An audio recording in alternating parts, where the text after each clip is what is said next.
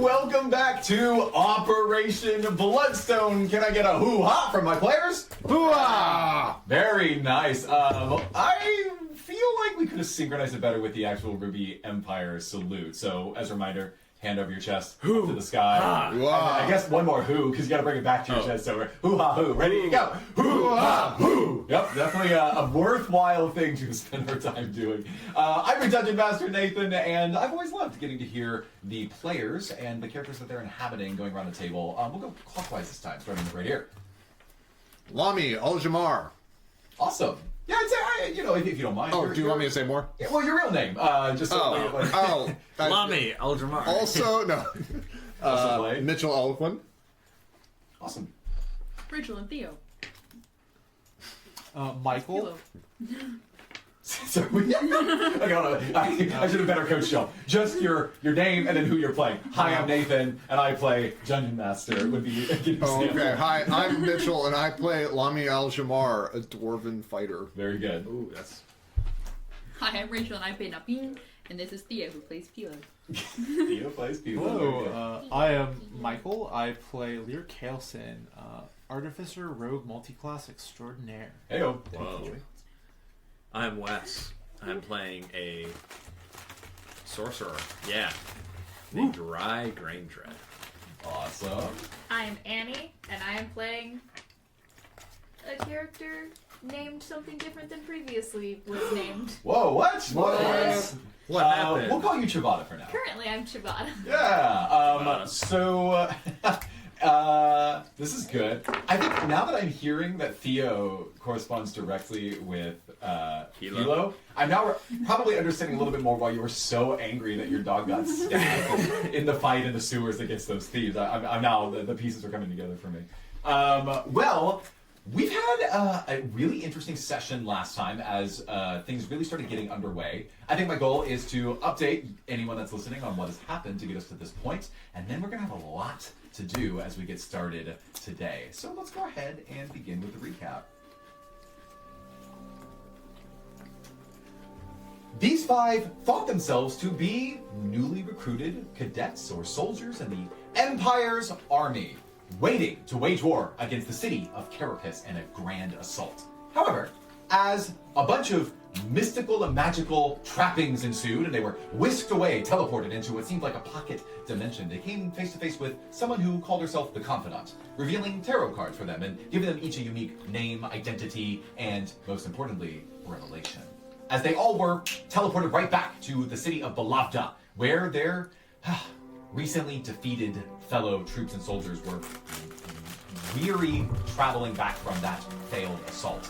They discovered one really important thing, and maybe a few smaller things. First, they were never actually Ruby Empire soldiers. They had been planted there as part of a top secret sleeper agent protocol, which we will call Operation Bloodstone. They had a memory, which they have a vague recollection of being put under, sedated with some sort of IV or blood fluid that put them into a stasis where they thought themselves to truly be Ruby Empire. But now, awakened to the reality of their mission, they have been activated because apparently there is a critical wartime effort or initiative that Empress Belgradia is reportedly stewing that they are tasked with stopping.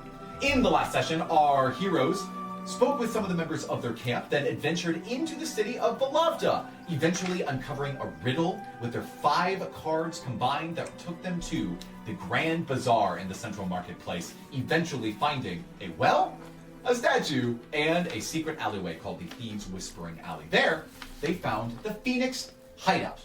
But before they could get into that hideout, they were stopped, confronted as a result of actually a secret dead drop, an exchange of resources that Lear was able to pick up on the outskirts of the slums as they met with some of the people there. As thieves ventured down these 4 sewage canals, trying to find their way to trade one precious thing for another, they were stopped, thwarted by these 5 seeming soldiers in their soldier regalia, who then fought them in the sewage, killing most but sparing the leader of one of the thieves' guilds. His name, Roderick.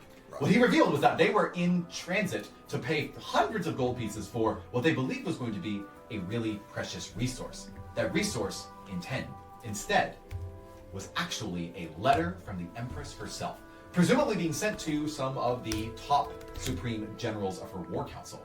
It, in summary, described that because she was so furious about the outcomes of the war on Carapace, she has greenlit the expedition, so the sped up process of a project which she referred to as Project Chimera. No other information was given, but she also revealed one more thing, that she had tasked her top tier investigator to root out what she believed might be traitors in their midst. What she thought was responsible for the fact that Lear's auxiliary corps devices did not, in fact, work as intended against the Amethyst Kingdom troops. She believed that someone among them must be a traitor and is sending what we found out in a later scene to be a shape-shifting or changeling style investigator to find out who is at play. One more thing for the viewers to listen to or to know as we are starting up the session is, between last session and this, we gave our players each these small cards that are going to function as an ongoing mechanic in the game of trust. These cards represent the NPCs that they have interacted with. Their name, their occupation and authority, and a score on the scale of 1 to 10. Not only does this vaguely represent the level of suspicion or trust and rapport that these NPCs have with our party of heroes, ranging from 1, openly hostile, to 10, openly allied, and everything in between, it also is reflective of our players' insight into those characters. So, as I communicated to the players, their understanding or imaginings of these NPCs may not be fully accurate, a tolerance of up to 3 points in one direction or another. And to help update the viewers on where we are with these NPCs, I'm going to go around the table, have you reintroduce the NPCs. So summarize who they are, how you know them, what their occupation is, and the number that I off mic revealed to you as your score. And I'll read off what in the codex that actually represents. So let's start with Wes. All right. I have my buddy Venoir. He's a squad mate. I'm assuming I know who his authority figure is because he's my... His only level of authority is that of a private. Well, but who does he report to? Eventually General Tarkus. Okay. Just like me. He's, he may be suspicious. He's a 5. He's a 5. So 5 to 6 means may be suspicious. That is mostly the default for most people, unless you have demonstrated spectacular, like a display of trust or goodwill, or the opposite might take you in the other direction. But again, always tolerance or variance within some of these numbers. Annie, why don't you go? Well, I have Celine, who is a soldier alongside me. She's my roommate, and I got to fix her sword. And so she is actually at a 6, which still may be suspicious, but she is slightly more allied. Mm-hmm. And you have another character on your sheet. And then I also have Roderick, who is the Thieves Guild leader. We met him in last session, and his suspicion is at a 7, which is maybe allied, because we kind of just like struck a deal with him. Yeah, and you gave him back all of his gold. You let him read the letter himself. That was possibly a very strong move. At the downside of him now knowing everything, but that was a decision you made last session in a really cool moment. Let's go to Mitchell. Why don't you read off who you got? I've got Weem, who's a private in the Ruby Imperial Expeditionary Force. Yes. I don't know what our particular military is called. Whatever you call it is what it is called. I'm calling it the Ruby Imperial Expeditionary Force because it implies that we mostly go other places and take it. So Weem fell off of the ship during the siege of Carapace, but due to his own dumb luck and sheer strength, he did manage to tread water and survive the siege. Although we haven't heard the full story of how he made it back to land, safe and sound. Talked with him at breakfast. Sound like he was doing okay. That's it. But Weem has a 4 currently. He is likely suspicious of us. Yeah, so a 3 to 4 means likely suspicious. One detail that Mitchell may not have added that I will help remind everyone is that while the 5 of you were on the outskirts of town at sunrise, preparing before muster and before breakfast, you were deciphering a riddle that was on the backs of your 5 combined tarot cards, these magic runes that appeared. Weem was the one who witnessed it. He walked up, asked you what you were doing. Lear's response, we found some, a little puzzle, a little mystical riddle with this metal that we found out of scrap. His response at the time was, okay, sounds cool, and he seemed uninterested. But I will remind you that he did witness at least the beginnings of your riddled quest. We have to kill him. No loose ends. Immediately, Rye goes to murder. Rachel, why don't you reveal who you've got? I've got Captain Aaliyah, who is my captain, and she is great friends with Pilo, generally very chill. We like her a lot. I don't talk much, so we haven't really discussed, but there's a camaraderie between us because of Pilo mostly. And she is, I think, a 5? Should be a 5. Cool. Yep. Yeah, so for the viewers, I often will secretly resolve some dice rolls behind the screen based on the way our players behave across literally any of the NPCs. Even Baguette Man from last session could, in fact, be an informant to the Empire. You never know. Mitchell, I skipped one of your characters. Tarkus, commander of the Ruby of the REIF, the Ruby Empire. The RIEF, the Reef. I before you. The Yes. Ruby Imperial Expeditionary Force. Pretty stern dude. Seems a little bit shaken from the recent loss in the siege, but he's currently at a 5. Okay, so we got a lot of 5s going on. That takes us to Michael. Yes, so my only NPC I've interacted with so far has been Sindra. He's a fellow artificer in the auxiliary corps with me. Mm-hmm. He's currently at a 5.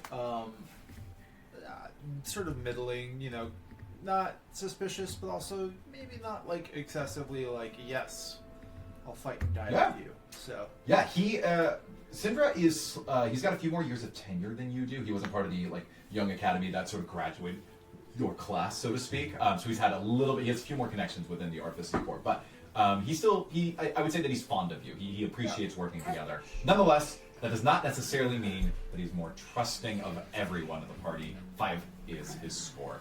And I'm going to finalize our recap now that we know our characters, our NPCs, and where they stand. As all of you eventually made your way into the Phoenix safe house with this iconic Phoenix bearing a dagger, 2 Phoenix wings bearing a dagger in between its talons above the doorframe. You insert your tarot cards, having your code names read out to you. You made it inside, and you opened a chest, which revealed to you some magic items that all of you now have in your possession. It is at this moment that as you are sitting in the room, you feel a bizarre sense of silence. Outside, you remembered just around the corner, maybe 200 feet away, that there was a bustling bazaar, a marketplace of people hawking and yelling for certain specific things. You hear someone say, "Baguettes, get your baguettes here!" And then you hear a little girl say, "Oh, I love baguettes, I'd love to have one." And as all of you feel yourselves almost being transported out of that in a sonic way, the sound is gone. You hear the creaking of the floorboards beneath your feet as you maybe shuffle in place. In fact, let me bring up your Phoenix safe house. You remember inserting your tarot cards into a chest that allowed you to uniquely pull these magic items. And all that's left is on the workbench, there is an empty, blank scroll. This scroll has an ink and has a quill in what would be an ink container to its right. And the only other things in the room worth noting are some very basic supplies and materials to maybe patch up some leather work or some armor. You might see hanging on some of the walls. There's some spots to hang up coats or a worker's, like a leather worker's apron or bib. I guess that's what it's called. And a few chairs to sit in and a few beds to rest in. In terms of timing, it's roughly 9 p.m. The sun set about 30 to 40 minutes ago. You are now in the city. You do know that early tomorrow you will need to muster for fear of generating suspicion. But at this point, you've completed the first part of the Confidant's mission. She said that she would have more for you if you can find the safe house. So something is a little off about the room around you. I will leave you as a party to your devices.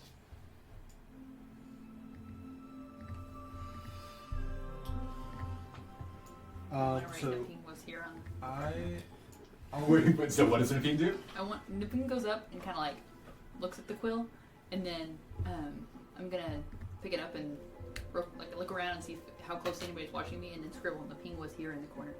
Cool. Yeah. So you pick up the quill, and then you look inside the ink jar, and there's no ink in it, so you don't have anything to write with. I'm still gonna write the penguins here in the corner, even though there's no. You're gonna take it and just kind of stroke across the top of it. Yeah. The rest of you hear a slight scraping noise of quill on parchment as Napine proceeds to write nothing at the top right corner of the parchment. Nice.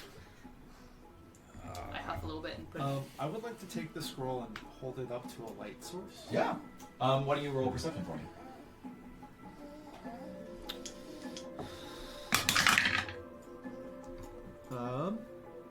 Perception with a P. That is an 12. Cool. You can immediately tell that the make of this parchment is not traditional paper. It has what I would describe as sort of a sinewy structure at the microscopic level that shoots through horizontally through the width of the pages. That's it. Why can't the Confidant just be more helpful than this? Ryan, exasperated, just exclaimed this to an empty room. Seriously, if we're sent on the secret mission. Can I take out my tarot card and lightly scrape the tarot card across the surface? Yeah, so See Lear, that you does- take your tarot card, you lean forward, carefully brushing across the top. And for a moment, it sounds like nothing happens. And then, nothing happens. Okay. Phooey. Didn't you say there was Foiled again. a chest in here or There was, something? yeah. That had a slot? Little slot for your tarot cards. Jammed them in, get your stuff. Okay, so that just gave us our stuff. Uh-huh. Are there any slots in the stones on the wall? Ooh, why don't two of you, since it seems that Chabada's brought this up, why don't two of you roll and perception checks? You're just looking for these slots. I got a 14. Okay. I got a nat 20. Nat 20. Wow. Right. No, I get a roll. You desperately wanting any forward momentum in this quest that is more clear than Please, just riddles. Confidant. You start, jamming your fingers up all of the walls, feeling for all of these cracks, and as a party collectively, you are certain that there are no more slots in any of the walls. The only place that can even vaguely fit it's like a tarot card shaped device that you have, which, as a reminder, kind of made out of this stainless steel, would be the front door, this chest. It looks as though on the desk where the parchment is that you can lay one to the side of each of them, but even if you inlaid it based on where the etchings of the wood sort of suggested a card would go, nothing directly happens. Is there anything under the beds? Under the beds, this doesn't matter, but I'm gonna roll anyways. So it doesn't matter. You find there is a good amount of dust Wonderful. and wood shavings. What if we turned off the Blanket? lights? There are blankets on the beds. Chabada shivers in the cold. There's no windows in this place. There are none. No, this was intentionally in no way facing the outside. I know that the image in front of you shows a skylight. I don't care whether it is one or is not, but the idea is that you are removed from the world. It's a Is there a dark. fireplace in here? No. Okay. There's a pot in which to start a fire and to make food. Ooh. So blank scroll, still blank. No ink. No ink. I cast light on the scroll. Sure. It glows as the light beams through the room. It allows you to see further into the cracks and crevices of the stone walls around you, and nothing happens. I distinguish the light. Well, Can as I- soon as you do that, it's darker. Good. I want to tip the ink into my hand. Okay. Yeah. So you Ink pot. you hold up the container, you pour it sideways. You don't feel anything. Okay. I'm gonna lick the pen You lick the pet. and then try to write. Why don't you roll me an easy dexterity check? It's easy. A 10. Cool. You lick the pen. You start scraping along the page. The only thing that's interesting is that it looks as though the moisture from your having licked the pen seems to soak into those sinews that Lear was looking at earlier, and then they begin to transfer into the remainder of the page, but it only gets half a centimeter because there wasn't much moisture on it. Alright, we're sure that has something to do with this piece of paper, right? Yeah. Alright, I'm gonna get the quill, Mhm. the pen. I'm gonna prick/stab my finger. Okay. Get it bloody, and I'm going to write on the piece of paper. Confidant, do something. As you speak. Oh, you write the words confidant, do something. Yeah, well, as I'm writing, I'm saying that, Yeah. too. So, In frustration of, that's Confidant, this is dumb. You're supposed to help us. So, Rye, you prick your finger. Blood begins to drip into the ink container. You soak it in the blood and begin writing the word. Which word are they again? Confidant, Confidant. do something. Do something. And the moment that your pen strikes the page, you see the blood from the tip begins to soak directly into these veins that are at the backing of this sheet. It fills the page, and even though you're striking it in order to make letters, it in fact makes its own statements.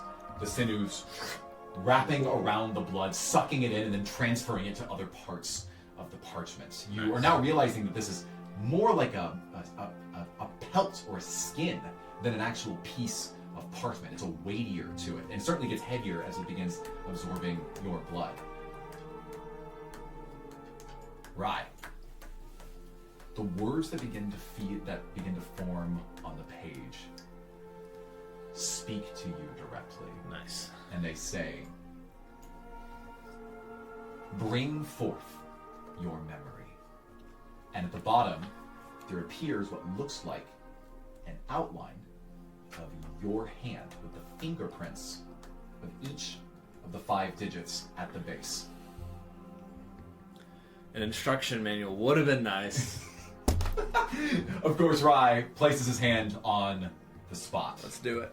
And So much louder. do you remember the feeling that you had in the pocket dimension when the world closed in around you? The ground fell out, and you descended in sort of this watery-like state, drifting downwards, eventually touching down in what you would find out would be Balavda. You experienced that, except instead of all of you falling together, as you begin to as you begin to drift, all of the bricks and stone around you fall out into the black void, and each of your 4 friends and allies fall faster than you possibly could. Rye waves to them casually, as you're going to find yourself in a really powerful memory. Let's go. Now, partly because I want to give everyone something fun to do at the table, and partly for the explanation of the audience, what we're about to enter is a major theme and, for lack of a better phrase, ongoing fun gimmick that's going to be a part of this campaign. You see, these 5 characters obviously aren't themselves, but unlike most campaigns where you build your backstory and your character one piece at a time and then you get the party started, we are doing this backwards. Ryan is about to discover a major part of his backstory before entering the Operation Bloodstone project. This memory was contained in his blood and is going to be revealed to him on the parchment in front of him. This scene is going to play out, but it's hard to know exactly how much we can trust in our own memories. One thing that we're going to resolve, which for viewers at home has been written on pieces of paper that we've put and scrambled into bags, are cards that are going to make up the memories that we're experiencing. These memories show a setting, a topic that needs to be included, the scene which the player themselves is generating, and a twist. Before we enter the first of these scenes, I would like for everyone to know what these scenes are going to entail. Wes, as Rye, you're going to set up the scene based on the card that you've generated. Wes only had the setting and what to include in his scene. He determined what the scene was going to start as. What he does not know is that there is something he is forgetting about this scene. Something that is going to maybe throw a little wrench in the mix as to what he remembers. And based on what happens in the scene, he will reveal something about his character and unlock a new skill or ability that will serve him on his quest. Rye, are you ready for your memory? I get to go first. Let's go. Why don't you set the scene for us? All right. So this is a very old, probably one of the oldest memories Rai has. He's a small child, somewhere between the ages of 5 and 10. And he is at the beach with his family. That is a little bit murky. He doesn't know exactly who in this memory is his family, who's not. But he's with a cohort of his peers and some elders who are watching over them. And the sea, or the lake, wherever they are, has been very rough, and it's a very treacherous place to swim. And Rai basically uses what he finds as this wellspring of power, of persuasion, to get the elders who are watching over them to let Rai and his friends / maybe siblings go swimming. Why don't we step into that scene, shall we? Do you have a name for one of these elders? Oh, I don't. I That's fine. His name will be Mikkel. And he's going to be Mikkel. played by Michael at the table right here. Nice. Michael, you are now this elder in this scene that is a part of Really think it should be Rai's Barley. backstory. Barley. Yeah. Rai, why don't you begin as That's a child? my friend There Barley. you go. Oh, for Markel. Markel, could we please go swimming? I don't know, Roy. Looks a little rough out there today. I Might know. be best to wait. Wait? How long? I don't want to wait 30 minutes. I ate 30 minutes ago. It's time to swim. Well, All right, how about Markel? I know you're supposed to keep in charge and you're supposed to keep us safe, but if all of us go together, we'll keep each other safe. It'll be a great learning experience. We're here to have fun and have adventure. This is what we need to grow. I suppose the purpose of this trip was to teach you how to swim. You know what to do in case you get caught in a riptide, right? Absolutely. 100%. What do you do? Hey, Barley, what do we do when we get caught in the riptide? We were discussing this earlier, weren't we? I think they said we need to flail as much as possible so they can bring us out. Oh. That's not what we Good. discussed Hey, let me earlier. practice. Ah! Ah! Ah! Ah! Shantea above child. You're certainly scaring off the gulls. How are we supposed to know what to do in a riptide if we never get caught in a riptide and know the dangers of it? We need to feel it. Alright, if you long for first-hand experience, let me tell you what to do. Barley, listen carefully, because you do not flinch. If you get caught in the riptide... No, for the audience at home. Don't take this safety advice to heart. This is D&D advice. This is D&D Yeah, advice. this is not a... If you get caught in the riptide, Uh-huh. first swim with the current. Oh, Your instinct will be to swim against it. That will tire you out, and the riptide will drag you under, and you will be very likely to drown. Follow the riptide. When you feel it weaken, then you may swim away. Are we clear? Barley looks to you, Rai, for confirmation. We're clear. Yeah. Yeah, okay. We promise we will wait and then swim with the riptide. All right. Thank you. You may go swimming, but first, just try not to swim out too far. And if you get stung by a jellyfish, don't pee on it. That's an old wives' tale. As this is happening, you see that there is some boats that have been empowered, imbued with this a sapphire element, a gemstone at the base, propelling it forward in sort of like an airboat motion. As these boats are coming back to port, you see that there are some tour guides that are piloting these boats off the coast of the Emerald Egalitary that are actually bringing people on tours to see the more stormy waters of the wakes that are there. It's pretty stormy in the Gulf near Gaiu, and also the forests that are beyond. You're pretty close to the Opal Refuge, allowing all sorts of fun wildlife to pop out of the woodworks every now and then. At this point, it looks like you've successfully convinced Markel to allow you to swim in these waters, but Rai, in this moment, as you're feeling this memory wash over you, something doesn't feel right. Something in this picture is maybe wrong. Wes, why don't you draw a twist from the bag and let's see what gets added to this memory of yours. This could be a disaster.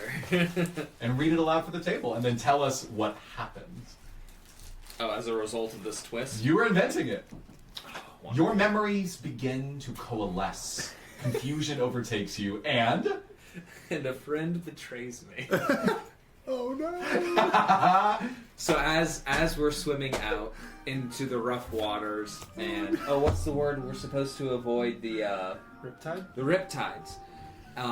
As we're trying to avoid the riptides, Barley thinks it would be a hilarious joke to grab me and push me into a riptide and swim back to shore. so he is swimming alongside you. He says, "Man, I'm so glad that they let us out here. It'd be really funny if one of us were to still get stuck in one of these tides, right? What do you think, Rye?" That would be hilarious, but we're not going to do that. You don't even finish your sentence because, as a child thinks, he simply does. I need you to make a contested athletics check against your best friend, Barley. Wonderful. What's contested? Just whoever wins higher, whoever was Oh. higher. Athletics. Yep. 23. You're at 23. I got 19 plus. No. Yeah, plus your athletics. 22. 22? You rolled a 6. So he starts to climb on you, and you notice that this is happening real time. He's trying to push you into the current. What do?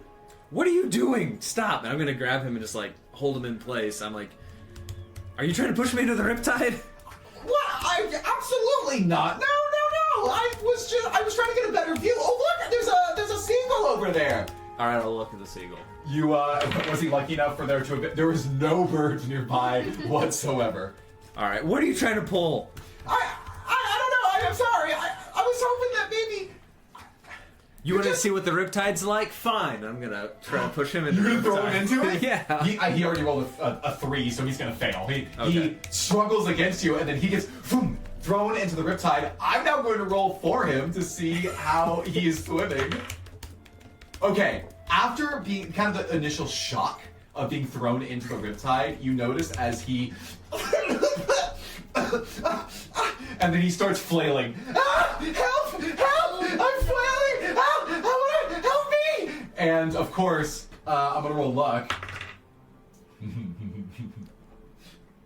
You quickly turn back to the shoreline, and you know that with a voice as loud and whiny, as piercing as Barley's, that someone might listen. You look over, and I roll luck for you.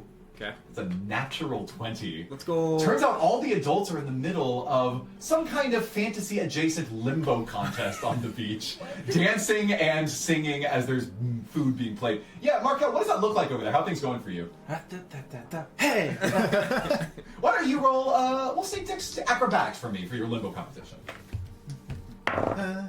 Ooh. Oh. I'm assuming the same stats as Leon. Yeah, we'll keep 16! Yeah, Markel's doing all right. He's actually made it to kind of like the final 8 in this competition as he's getting under that limbo stick. Why don't you roll one more time? If you roll really high, we'll say you win the whole thing. But meanwhile, Rye, you turn back. Nobody is watching right now. Hey, 19. Which might be a good thing. They didn't see you throw your best friend into the wake, but also they don't hear Barley crying right now. 19. 19. Ooh, I'm gonna roll. Okay, here.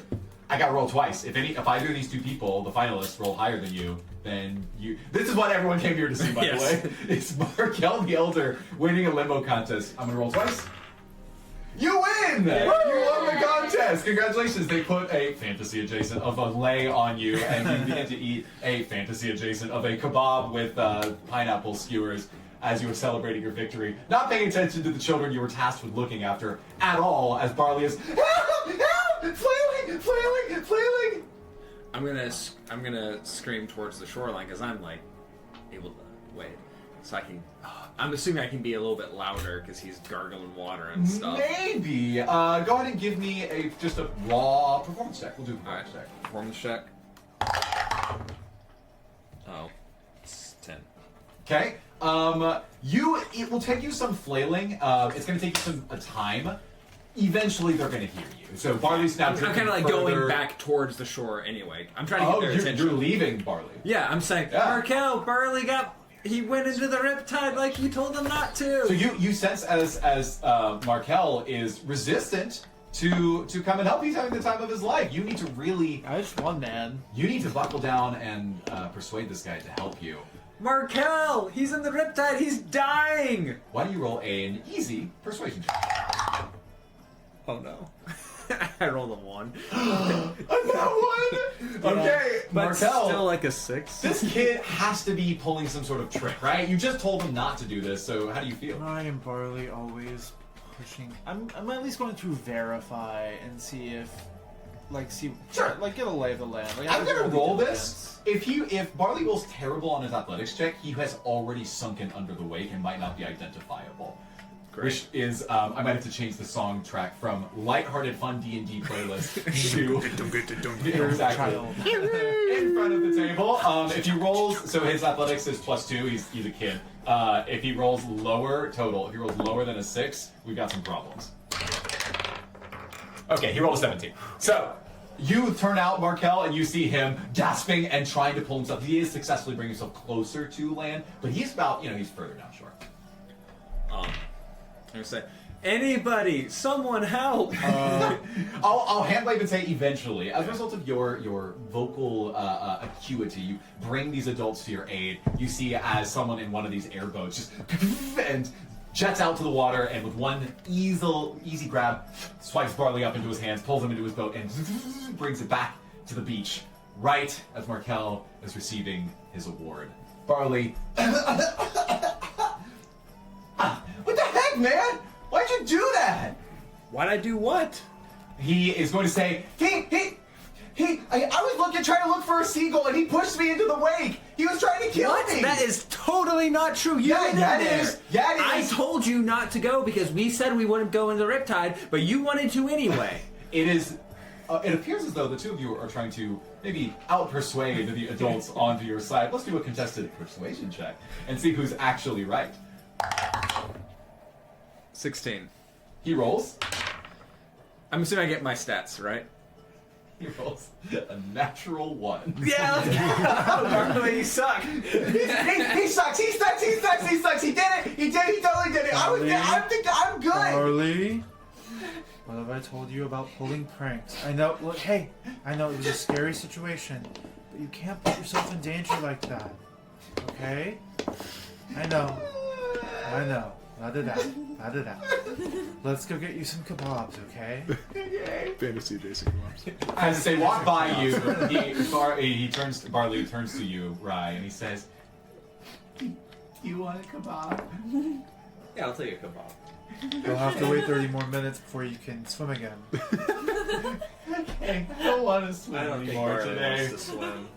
And he's going to walk off, thus ending the first of our scenes. And most importantly, Wes, in this moment in time, you remembered from your moments when you were growing up that you were raised by people like Markel who they might be self-serious, but it's because they live by proverbs. They live by pieces of wisdom and insight, kind of like the insight he gave us to the thing to do when you're caught in an undertow.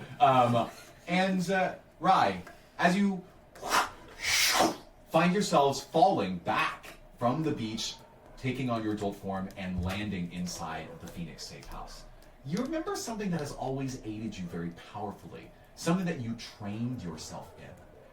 When you entered Operation Bloodstone, you were given the task of deeply understanding the rhetoric of the Ruby Empire. They are the most powerfully indoctrinated group of people, short of, a horde of zombies controlled by a necromancer. And in your mind,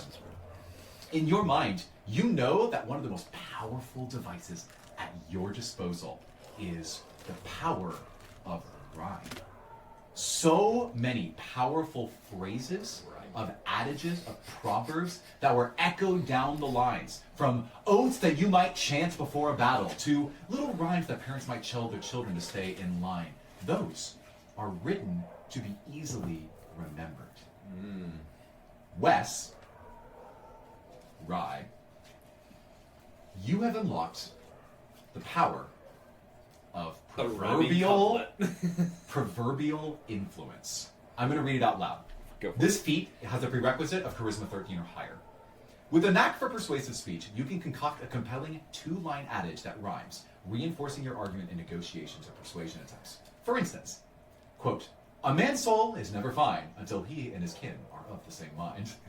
When used, you gain advantage on the associated charisma-based check, whether it's persuasion, intimidation, or deception. This ability demonstrates your adeptness at using ancient wisdom, real or fabricated, to influence others. This feat is now a huge cornerstone to your grifting capabilities as part of Operation Bloodstone. You are Operation Bloodstone's #1 deceptive or persuasive maniac. Yay! And for every player at the table, I gave you kind of what you might see on your character sheet. This is a quick summary of how the ability actually works. So these two are matching. The longer one is a more detailed description. This short one is something you can keep on your character sheet going forward. You can write it over or you cannot. Right, you land at the table and remember this skill that you rehearsed, practice in the training camps of the Operation Bloodstone headquarters before going under. And now you can use this skill. All right. Whoa. Checked out there from the buddy. I did. Philo comes up to you and kind of like sniffs you. Gosh, I'm trying to come up with a rhyme. No, come on. Why is this so difficult? I know. We'll give Wes a moment to cook with this realization that I am now puppeting him to give me wonderful rhymes of rhetoric in the course of this campaign. But as you think of that, this now obviously opens up the desk. With the seat open, the parchment then, to your horror, sucks the blood into its base and pools it, creating a seal in the bottom left corner. And the only thing that you see there is the mark of justice, as like a wax seal, but made of blood. This takes us to whoever next would like to take a seat. I'm in. Lami seats in the chair, and I presume you imitate Rye's behavior. Yeah, I do. Although I don't have anything to cut myself with. Somebody have I'll a... hand you a dagger. Thank you. Sorry, I know it's not a short sword. And I take the pen. I'll relay to it. It's gonna Yeah. be a memory. Yeah. You know what's coming. The blood drips through the parchment, creating words that appear into your mind, push through your face, like they through your brain, and then as you sink, the world falls around you. Mitchell, why don't you set the scene of your memory? I was tasked to craft some nails to fasten together wooden beams for an Emerald Egalitary's big presentation, a political speech. And I'm just watching the speech and admiring my handiwork. Awesome. Tell us a little bit more about who is speaking. Yes, I did a little bit of homework on that one, just to make sure I had enough. His name is Thalion. Ooh, Thalion. He's pretty eccentric, but beloved. I'm not entirely sure how the political structure works. City council? Yeah. Councilmen? Yeah, so the brief overview of the councilmen? politics is there are 4 districts. They each elect a representative that sits on the president's cabinet. Okay, so he's a district elected representative. One of Let's those do that. 4 then, in a subsequent election, becomes the president of the entire Emerald County. Great. Can they be re-elected for the same president Yeah. position? Yeah, Great. Okay, so absolutely. he's up for re-election for Yep. president. He's Sounds been fair. a district leader. That's who he is. Love it. So Thalion, he's coming up. He is he's dressed. Let's see. I had a description. So he has a long flowing silk tunic. He has a cape draped over it. And he's giving a speech for his re-election. He's trying to highlight some of the really great things that he's done so far to make a difference for the people of the Emerald Egalitary. Yeah. So he's quite popular, although a bit of an oddball. Why don't we have someone at the table play Thalion? This is a speech of someone trying to get re-elected as a leader. It can be on any topics you wish. I won't force anyone. Do we have anyone volunteering to play Councilman Thalion? I'm trying to come up with rhymes. You know, if no one else, I can. Sure, go ahead, I Mike. feel weird having just roleplay, but that's No. fine. So, Mitchell, is this like middle of a speech or like beginning of speech? Let's say middle of speech. Yeah. And under my council offices, I have created a number of jobs for this lovely community, including opening multiple barback positions at the Canary Cavern. In addition, the Cat Cafe has expanded its adoption programs 5-fold, Ooh. providing each and every one of you a cat that you can call your own.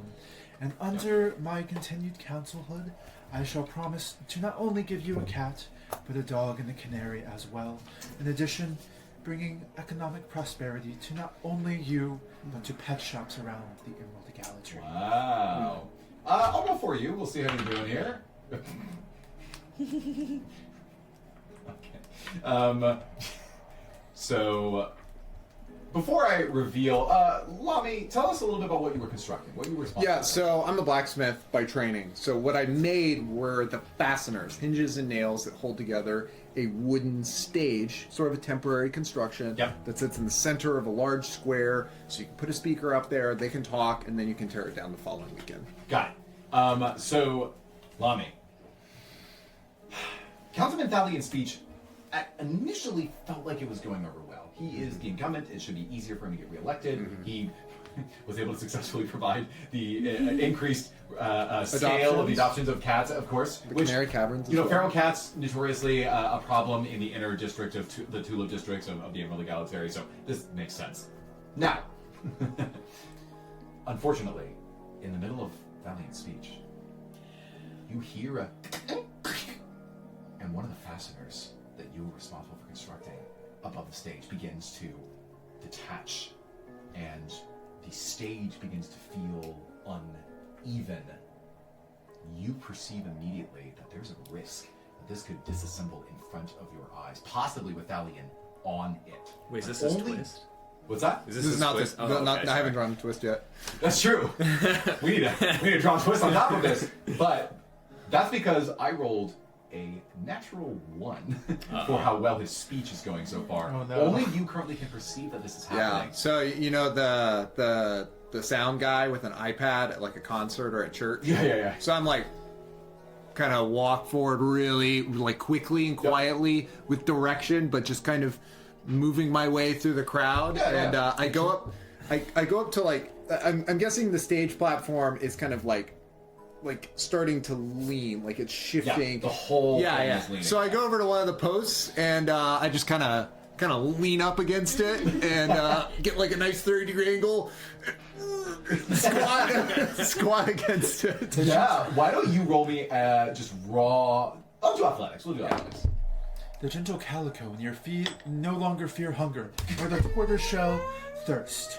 Yeah, athletics. That is I rolled a natural 3, so that's a 9. Your dwarven body is scraping along the stone ground as you're trying to keep your boots in place. You are pushing as hard as you can, but you can't get good enough grip, and the stage begins to continue sliding. And on top of all that, why don't you draw a twist? As your memory begins to shake, you're realizing, wait. Something's wrong. I'm missing something. Detail's wrong about this memory. Well, Tornado. an important object is broken is the twist that I drew. So This is crazy. So let me think. Hold on. This works so well so far. 2 for 2. Perfect. They were both mine. Were they really? You're a Uh, seer. So Mitchell's thinking squatting. away. Hold on, I'm squatting against the thing. It's sliding.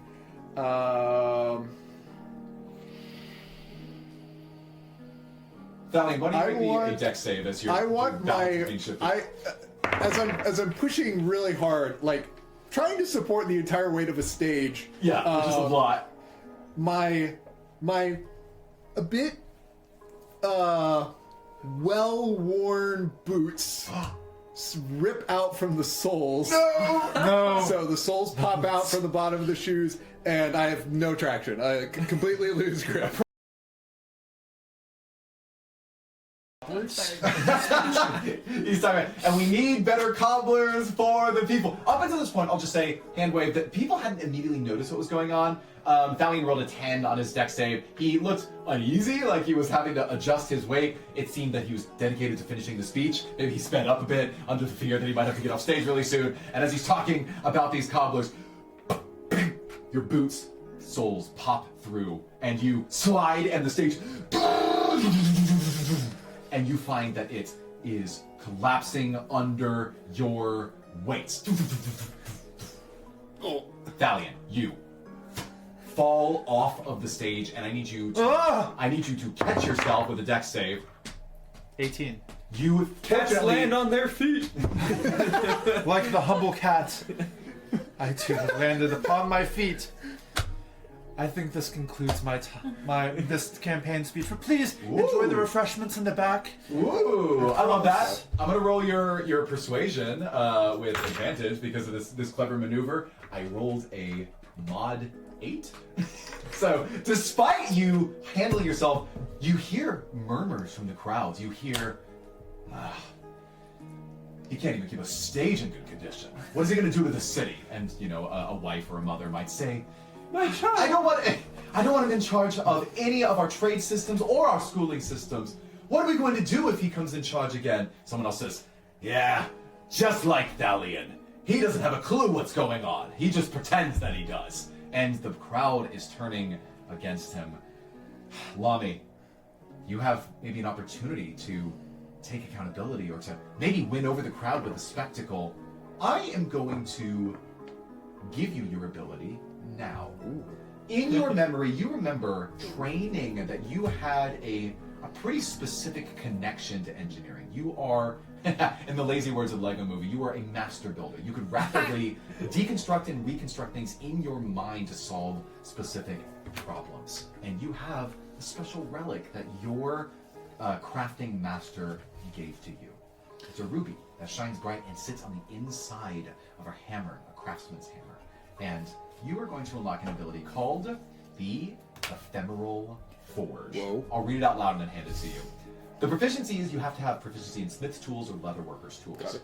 You can magically conjure materials, such as steel, wood, or leather, to craft a replica of any object. Now, rules as written, it takes you 10 minutes to do so.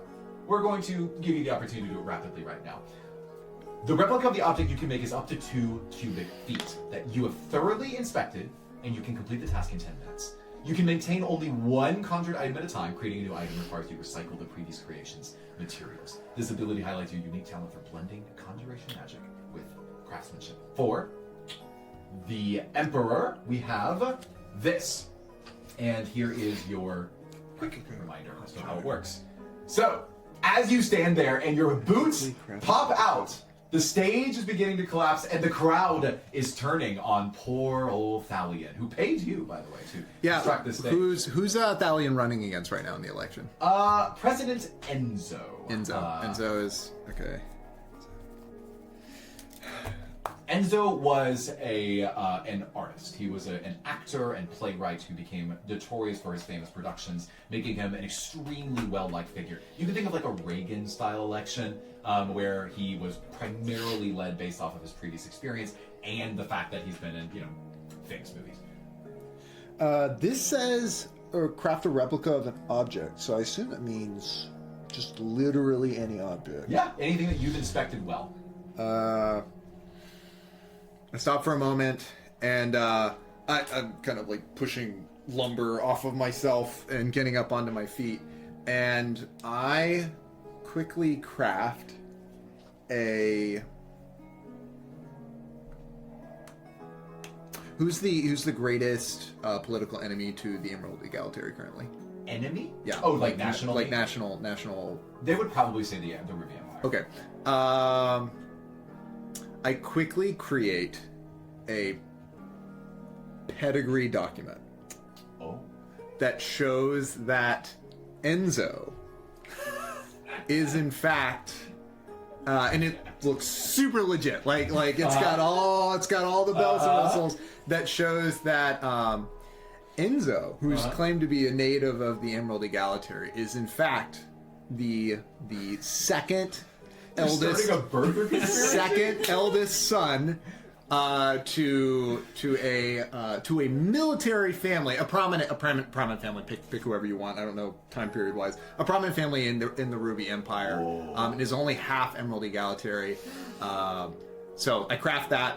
So I hope. Yep. we're just to resolve how your ability works. The language says that the larger or the more complex the creation is, the more difficult the role is to be. Now, the way we're doing this is like a tinker check, so to speak, which is investigation, with your proficiency modifier added on top of it. Okay. Now, this isn't hard. You're forging a legal document, basically. Yeah. So, and you don't have like what's it called, calligraphy proficiency, Ephemeral. unless you do. No. Yeah. So this is gonna be a really difficult. I role. just assume But hey, it doesn't have to be exact. It just has to convince an audience conjure that this materials is indeed. to craft a replica. Okay. Yeah. Give it a shot. Ephemeral form signature. That is a 19. Ooh, really good. You see, so you tell me what you do with it. You've now created this document. Yeah, so I craft the document and I walk over to Thalion, who's kind of with the crowd, sort of, and I walk up and I whisper into his ear. I say, "There's been a recent discovery of a document that will be critical to your election." And I pass him the scroll, and I'll allow. Thalion is making the George Bush face. I'll allow the spokesman to use it to be persuasive. Yeah. So because rather than do it myself. I want to determine kind of where the character's major choices go. Thalion, I rolled your investigation. You're pretty confident this is a fake. Also, Thalion is lukewarm on whether he wants to use it, which I'm going to kind of leave up to you, Michael. This group of people here are beginning to turn against you. And this was one of your larger showings. You need to kind of win this crowd over if you want a good chance. You could still win. There's a chance you could still win. But whether or not you choose to use this document is sort of up to you. And in fact, so it's not just all on Michael. Let's involve the table here. Generally speaking, what do we think should happen? If you were Thalion here, we'll do a vote. He seems kind of like a dunce. I think he would do it. All right, that's one yay. I feel It's like for the canaries. Rachel says yay. I think Thalion is a man. He's weird, but he has strong principles, and I don't think he's gonna resort to this unless he really, really thinks he has to. So I vote no. Okay. yeah, somebody that like wants to give pets a home, I don't feel like would do something that they know is deceptive. Oh, I thought he was doing that just because that's like politician good PR. talk. Yeah. Yeah, we don't know anything, right? That's the fun I of it. succumbed to it. I was not persuaded. You're the tiebreaker. I had. Let's see. When I was initially thinking about him, Do you believe in the kittens? the main attributes that I associated with him were how successful he was, albeit eccentric. So Gotta make a choice. I think he.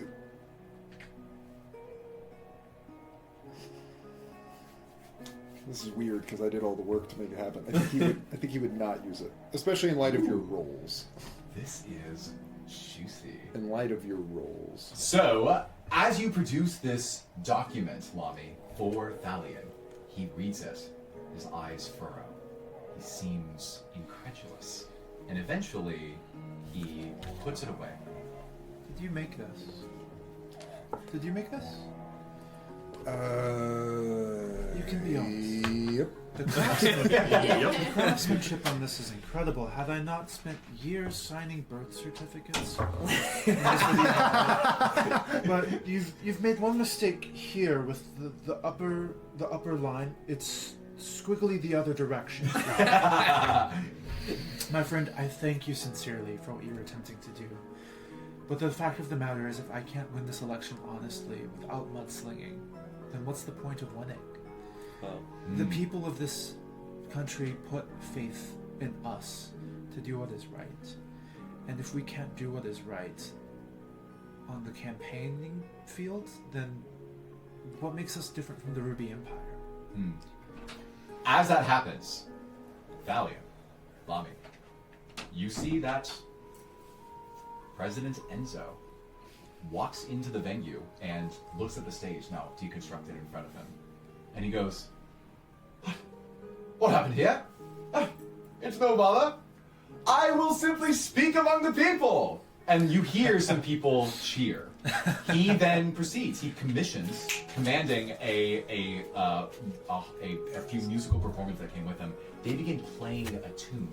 These emeralds that are adorned on the tips of their lyres and their harps and their stringed and brass instruments begin to shine with a green energy that emanates over the crowd. And he begins to speak in a fluid rhythm. He says, Let me tell you about the things that I plan on bringing back to the Tulip District. And as we zoom out, I will reveal to you that this crowd begins to look smitten with President Enzo, almost enchanted by what he has to say. Thalion will eventually lose the election to the up-and-coming President Enzo, who uses this stroke of fortune to make quite a name for himself in the area. And with that, and this new memory in Lami's possession, we take ourselves to the present. Wait, everyone needs to roll if they voted for Enzo or Thalion. Sure, yeah. Everyone, I mean, you can decide if you have a strong opinion so far, or you can roll. I rolled low, so our 5 player characters are... I voted for No, Thalion. I voted for Enzo. I voted for Enzo too. If it makes low y'all... is Enzo? That's what I was doing. Oh, I was doing low as the loser. Yeah. That was If it makes y'all feel any better, the legal voting age in the Emerald Egalitary is older than all of you would have been around the time you signed up for Operation Bloodstone. Yeah, my It's just parents whoever were. I liked then. Yeah. That is I who didn't- that is your political affiliation. I didn't vote. I was just. It was a big contract Lear had for our bigger Smith concerns. shop for the grassroots Got it. campaign. Yeah, and yeah. it's all. Lami's relatively... Lear had bigger concerns than politics. You know, people who build stages at that point, it's basically your social media team. So. Well, with that, Lami, you now remember this. This is a skill you had. You were directly involved in the election system by contracts of stage building and rounds giving. This is a new revelation. This is incredible. Quick, one of you. What's something really interesting that you like? That you have on you? Something cool that's on your person? Fish jerky. Fish jerky? Guess I could do that. Yeah. Gimme. And then I go over to the corner. It takes 10 minutes. So I go over to the corner and I'm like, give me a few minutes. And I start trying to craft. I start trying to use a forge to make fish jerky. I will say... Actually, I'll say that for later. We'll reveal Yeah, that. no, I'm starting to make it. Meanwhile, No, yeah. other people have their memories or whatever. So, the chair is now opened, allowing someone else to take a seat. I finally speak up. I'm like, I got it. I remember something right before we went under. I remember saying, to purchase peace that we shall keep, into deep slumber we will sleep. To be woken only from the dead and extinguish the dreaded ruby red. Ooh. You see these runes. We hear Not this? really. Right, he just breaks out into poetry. Yeah, he speaks this, yeah. So, Yeah, that's what I got. Cool. it's dope. If you were persuading anyone, I'd give you advantage. I don't know if you have to, but you have that now. That's what I said right before we entered our slumber. Oh. Oh my. This memory comes back to all of you. You were like, I remember Rai saying that right before we went to sleep. Yeah. To try to bolster our courage. Neither was kind of off, but generally. Sorry. All right, let's go ahead and take us to Rise. whoever goes next. Rise player is not a poet. Me. Shibata, you take a seat at the desk following the instructions of before, Shibata. and find yourself drifting into a memory that is deep in your mind. So, Annie, the player, tell me about the scene. Set the scene for us as we enter Shibata's mind. So, I'm at a friend's wedding, and it's a magical forest themed wedding. And I am brewing a potion. We are already at the reception. My friends Connie and Esto are married, and I'm brewing a surprise wedding gift that will be, it's these 2 potions that when you pour them together, it's like they shoot little shooting stars, and it's supposed to be for their departure. So it's like as a yay for their departure. Okay, so something is perhaps interesting for you to try to reconcile. Your hands reach forward and you're mixing these potions together. They feel foreign to you, Ciabatta. It seems like they are made of. They're not as firm, as thick or scaly as you recall. They seem softer to the touch, and you're dexterously swirling these liquids together as you're making this concoction. Why don't you give me an investigation check with your proficiency modifier added on top of it, because your specialty is alchemy. 18. 18 is very good. You feel very confident once you put this in the hands of Connie and Esto, the bride and groom respectively, Yeah. that they will find themselves with quite a celebratory finish. So, is there anything else that happens during the wedding that you wanted to add to the scene? No, I just No? have some. How good is the wedding cake? I have some really bad wedding. What flavor is it? It's like rhubarb. It's really dry. Just a dry rhubarb cake. You really dislike the fact that instead of going with a traditional like pastry bake, they've just taken rhubarb icing and flavoring and they've like smothered it over. Oh, what is that? Like ciabatta bread? What is that doing inside of a cake? That doesn't make any sense. You sort of resolve to yourself that you would never ever want to be associated with ciabatta at any time in the future.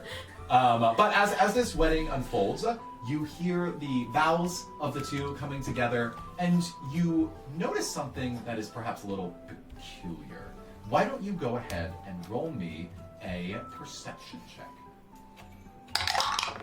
We'll see how much That's you a see. 7.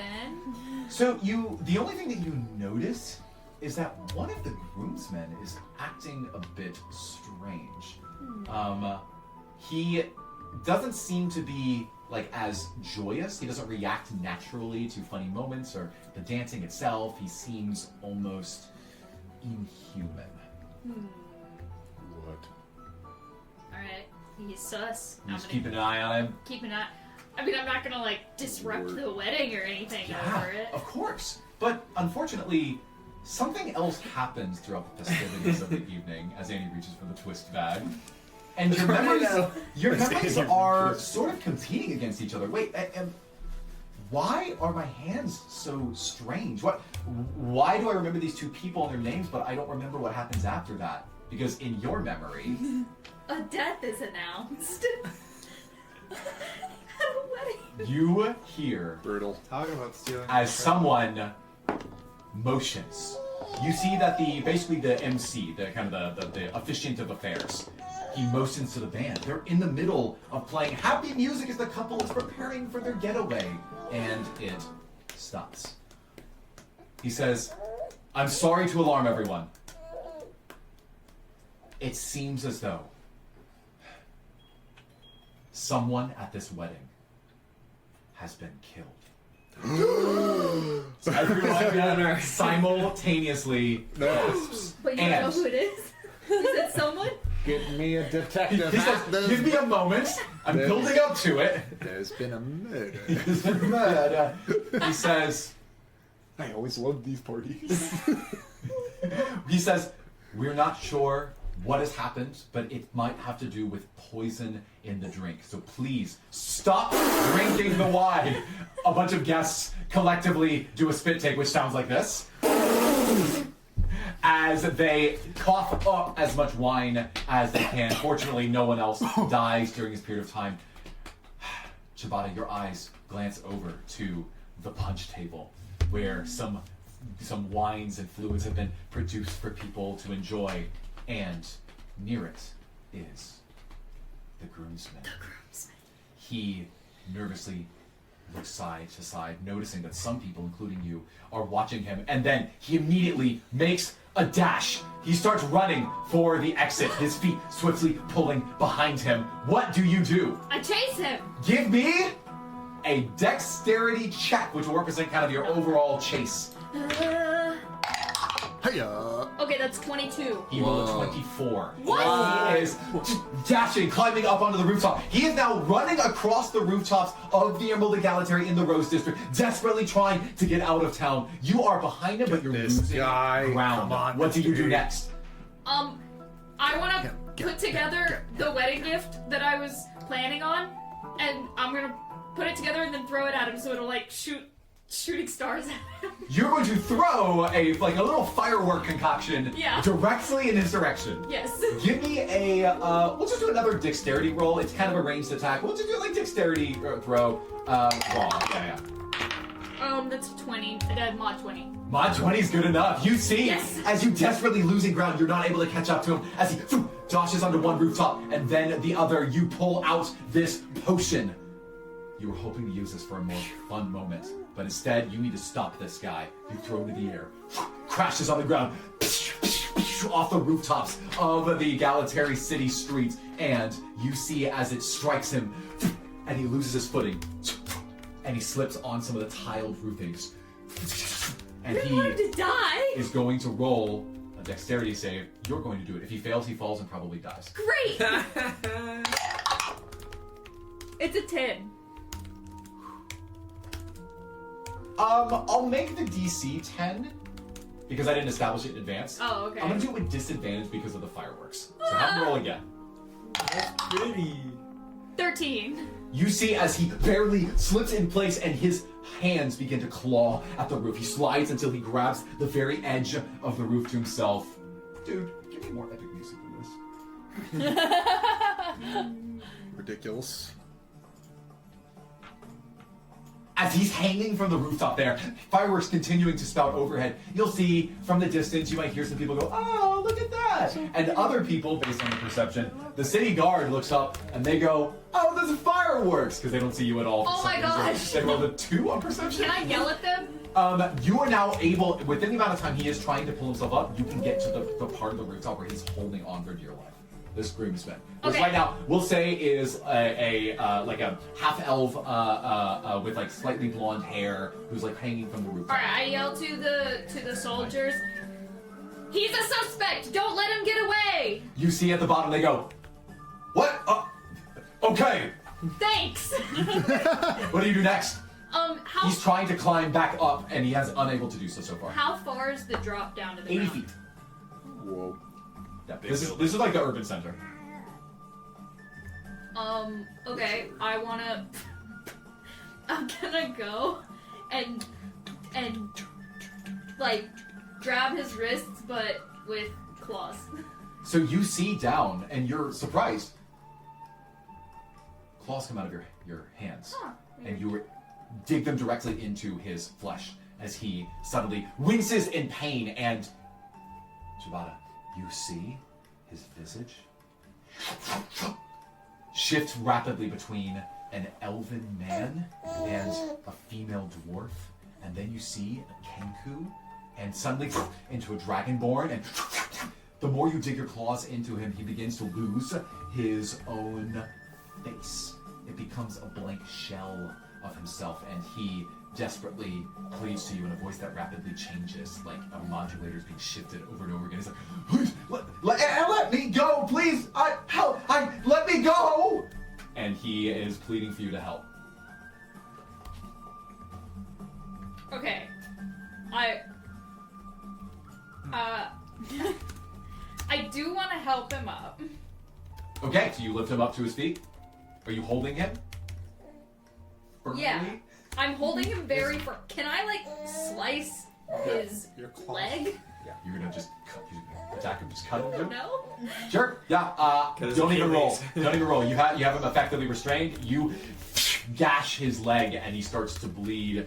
And as this damage accumulates, he's phasing in between of these faces faster and faster. Okay. Please help me! Please help me! Help me! Help me!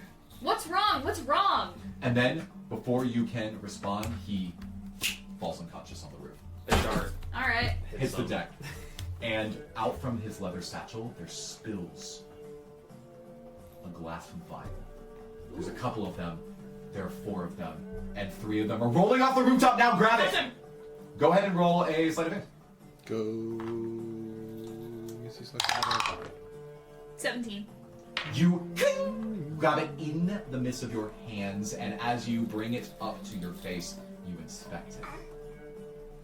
You'll return to the wedding eventually and have to relay the news that this person, whoever he was, must have concocted some sort of alchemic solution to poison the punch. Maybe it was a targeted assassination of an important person. We'll say that he was one of the elders that was there, that has some mercantile leverage in the city. But whatever the reason was, whatever the motivation, you know how he was able to slip into the party unseen. Jabata. Yep. As you hold this in your hands, you discover an alchemical solution, which we are going to call the Mimicry Elixir. Your ability reads, first you have to be proficient in alchemy tools. You have a refined and an alchemical recipe enabling you to craft a potion in just 1 hour, without material cost. Consuming this potion transforms you into a precise mimic of another individual, replicating their appearance and voice, provided you have their DNA and know them well. This effect lasts for 1 hour or until you decide to end it. This potent elixir reflects your mastery over transformative alchemy. Over the next few months, as you're preparing for what will become the Operation Bloodstone mission, you perfect this formula, extending the lifespan, not from 5 minutes, but up to 1 hour of transformation. You also unlock this ability to replicate vocal patterns in addition to the visage. And you discover and realize that if you're going to go under, you are going to need a new identity. As you enter the bunker that one day, as all your friends will now remember about you, you, in your form, decide that you need a new form, creating a solution based off of someone that you must know. So, from whom, should I ask, did you get the form for Chibata, the Dragonborn cleric? From Rukin. Who's Rukin? Rukin is a friend of mine. Yeah. Yeah. And what kind of friends? Okay. I got it. Rukin was a childhood friend of mine. So we've known each other a long time. We never really clicked, but it's like we knew each other from school or whatever. So we were kind of acquaintances. Oh, I have to know them well, don't I? Yep. Okay, I know her fairly well. But when she was 14, She died in a riptide. Oops. I was gonna say something like that. That she ventured too far into the woods on a hunting trip and just died in an accident. But that made her the perfect choice because then nobody alive would be targeted if I were to be found out. And as you remind yourself of her and concoct this solution, preparing for Operation Bloodstone, you remember the memories you had with her when you were younger. You remember the way she used to speak, that she had a pretty matter-of-fact and gruff demeanor, that she was willing to be on the front lines fighting with others, and you create a concoction, settling into the bunker that one fateful day, drinking it, and for a long, extended period of time, augmented by something in that serum that they gave you, you take on the form of the newly named Chibata. As this memory comes back to you, you find yourself drifting. Wait, was that real? Who am I? Am I Chibata or... And you return back to the present. You now remember not just the potion for mimicking anyone under these pretenses, but you also remember the antidote for removing such a long-form transmutation. It doesn't take too many ingredients. Over the next 10 minutes, you can remove this disguise and return to your original form. I'm assuming you do this. Yeah, I do it. So as In the cauldron that's over the fire. That's right, yeah. You do mix a new brew, and as the rest of you drink, watch as she drinks this serum, the memory comes back to you. We never knew Chibata. This is, if you want to change your name tag, with a clever maneuver, Annie is inverting her name tag. This Nice. is across Misty Haven, a tabaxi artificer, whom we will call an alchemist, What? from Gaiu, the port city in the Emerald Egalitary. A shop owner, a witty and winsome shopkeep, in addition to alchemist, Whoa. known for her famous brews, not just of potions, but also for hot chocolate recipes and other tea supplements. Whoa. This is your true form, and with this new mimicking ability now in your stead, you might just be able to infiltrate even more into the Empire. Woo! Misty's back. I'm gonna go get the picture of her so I can show you guys. That works. But, Whoa. but Misty's not part of the Ruby Empire. Napeen's so- eyebrow furrows and goes, mustard's gonna be interesting tomorrow. Yeah. So I can make this potion again for me to be able to switch back into Okay. Shibata. Will it be as potent though? The short answer is yes. Yes. Okay. Like her ability is identity switching, more or less. Yeah. Sweet. That's pretty sweet. Yeah, the better you know someone, the more powerful This the is potion. player talking, not character talking. One of the most fun spells that's existed for a while is Reincarnate, where one of the player characters has died tragically, and so everyone gets to roll randomly to bring back the same soul, but into A different vibe. who knows? It's a complete Like random you're vibe, like yeah. you could be a goblin. It's like, hey, wait a minute, Misty. Nice. Whoa, that's what is that? The tabaxi? Tabaxi. Yep. Cat people. I know this is a throwback to the one before Annie's, but I just want to say Cats and Cobblers is a great name for like Yes, agreed. a great tabletop RPG. Yeah, no doubt, no doubt. Awesome. So, now that we've officially welcomed Misty to the table as Annie's playable character, we are going to open up the seat.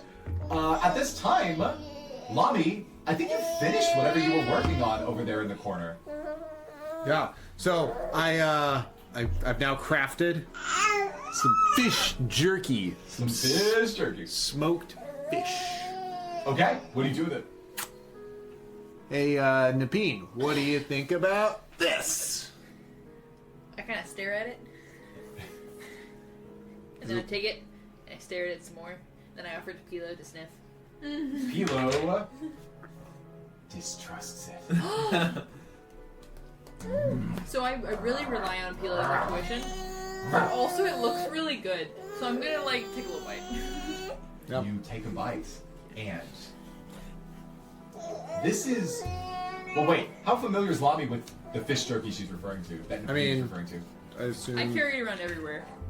that she showed it to me. Yeah, why That's not? what I was asking. I was asking if somebody had something that they Yeah, wanted yeah. to make more of. I was running low. It is weirdly similar to the stuff you packed and brought from home as your personal item. This is amazing. However, Tastes a little metallic. as soon as Lami ever purports to or proposes to make another device using his ephemeral forge, you will observe in real time as the magical power of this food inside of you is dragged through your body like air passing through air. I don't think. Yeah, you don't have to okay. narrate it this way because I was about to start making another thing. Oh, great. What are you going to make? Yeah. So, hey, anybody else have something fun they want me to make? I need a good reference point. Yeah, Lear will hand over his replica rope of climbing. Oh, okay. Yeah. So I take the rope of climbing and put that down, and Yep. I start crafting it. As soon as you start making this rope, your ephemeral forge, this hammer which gleams with energy as you're finally wielding this ability, you see as a magical energy begins to suck a material out of Napeen's poor body and drag it into your hammer before you can reconstruct something else. It is completely painless, but it's like Well, I have just now swallowed it, so it's like it's Weird. it's like in your kind of like I'm like. Bleh. yes, you see Napeen's turtle mouth produce this jerky, which then materializes back into whatever it is you're constructing next. Rope of climbing. My rope. I'm also noted like obviously a little squeamish. Yeah, you can take the rope You back. can have the turtle. It is truly an otherworldly experience. But as that happens, it is time to open up the seat for our next adventurer. I'm a little squeamish, so I might as well do this now and just Yeah. What color is try turtle? to get out of myself. Purple. Great. Ooh, purple blood. So Napeen sits down, pricks your finger, bleeds on the page. You Takes me a see. few tries because I'm very thick-skinned. Yes, yeah, it's very hard to do. But you, back in your mind, you have a memory. Now, Rachel, why don't you begin and set the scene for us? So we are in a field. You can see the ocean. It's like not close, but you can see it. And it is crashing wildly as it's a very stormy day. So gray clouds overhead. And we are huddled under a tent. Turtles don't normally fear water, but today's a bad day, so we're trying to stay dry. And it's a funeral tent where my father has just been buried. And I am sitting next to my mom, What's the name of your mom? Tina. Yep. Napeen, son of Tina. As the ceremony goes on, do you have any visual description of like what a funeral for like a turtle father like yours? What does that look like? It's so we don't get buried in like a field. It's grass over sand specifically. So it's kind of more of a burrowing situation than like a dig a hole and then like yeah. So as that happens, is there music? Are there speeches? Is it solemn and silent? It's silent. So we finished. This is post. Like there was a ceremony near the water, but Okay. now it's just like this is the part where we're like interring The actual his body. lowering into yeah. except in this case, burying. And, Yeah. So Awesome. Tina's having a rough go. Yeah. I'll roll for Tina to see kind of how she's How feeling. long do turtles live? About 50 years. Oh, only 50. Oh, okay, got it. You see as she is keeping a pretty brave face. I think you don't even need to roll. You would insight that she is obviously reeling in grief, but is He was not grateful. 50. He was like 35. Oh, I see. When did they have kids? Wow. Yeah. But she, nonetheless, she seems to feel very grateful for the presence of all of these people. You know, unless you would hate me doing this, I'm going to roll 2 dice to determine his entire legacy. In Okay. terms of good, bad, famous or not famous, notorious or not. The only thing that I care about is that I like him. Yeah. Okay. I'll make the lower end of his notoriety not that extreme. Cool. But we will roll nonetheless. So we'll roll this for... Fan piece of my packs. Not a scumbag, yeah. So... Or at least if he was, I don't know about it. Napeen. Too natural. I rolled for the significance of or importance of your father's legacy, and I rolled a 9 out of 20. So he was someone that in a local city or region, they might remember him and the kind things that he did for their people. You can determine what that is. I rolled for his heart of character, and I rolled a natural 20.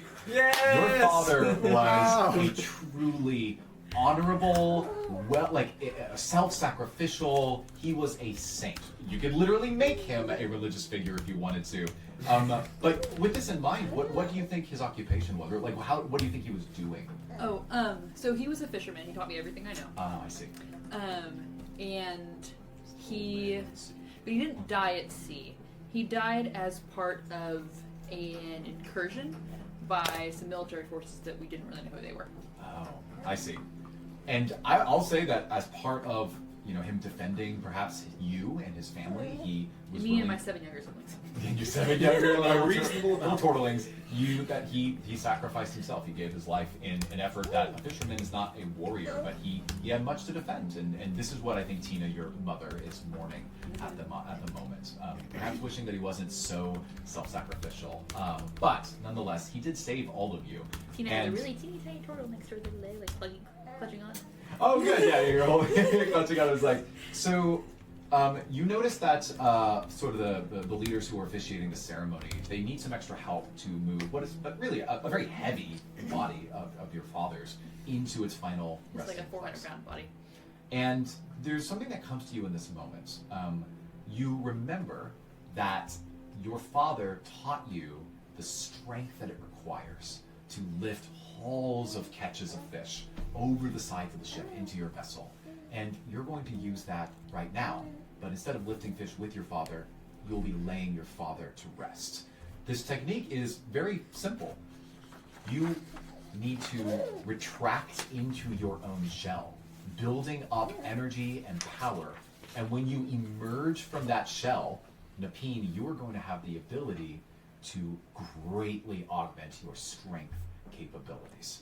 This is what your father taught you, an honest fisherman, who maybe didn't expect to use it for fighting, but did nonetheless successfully fight off your home invaders as a result of this practice.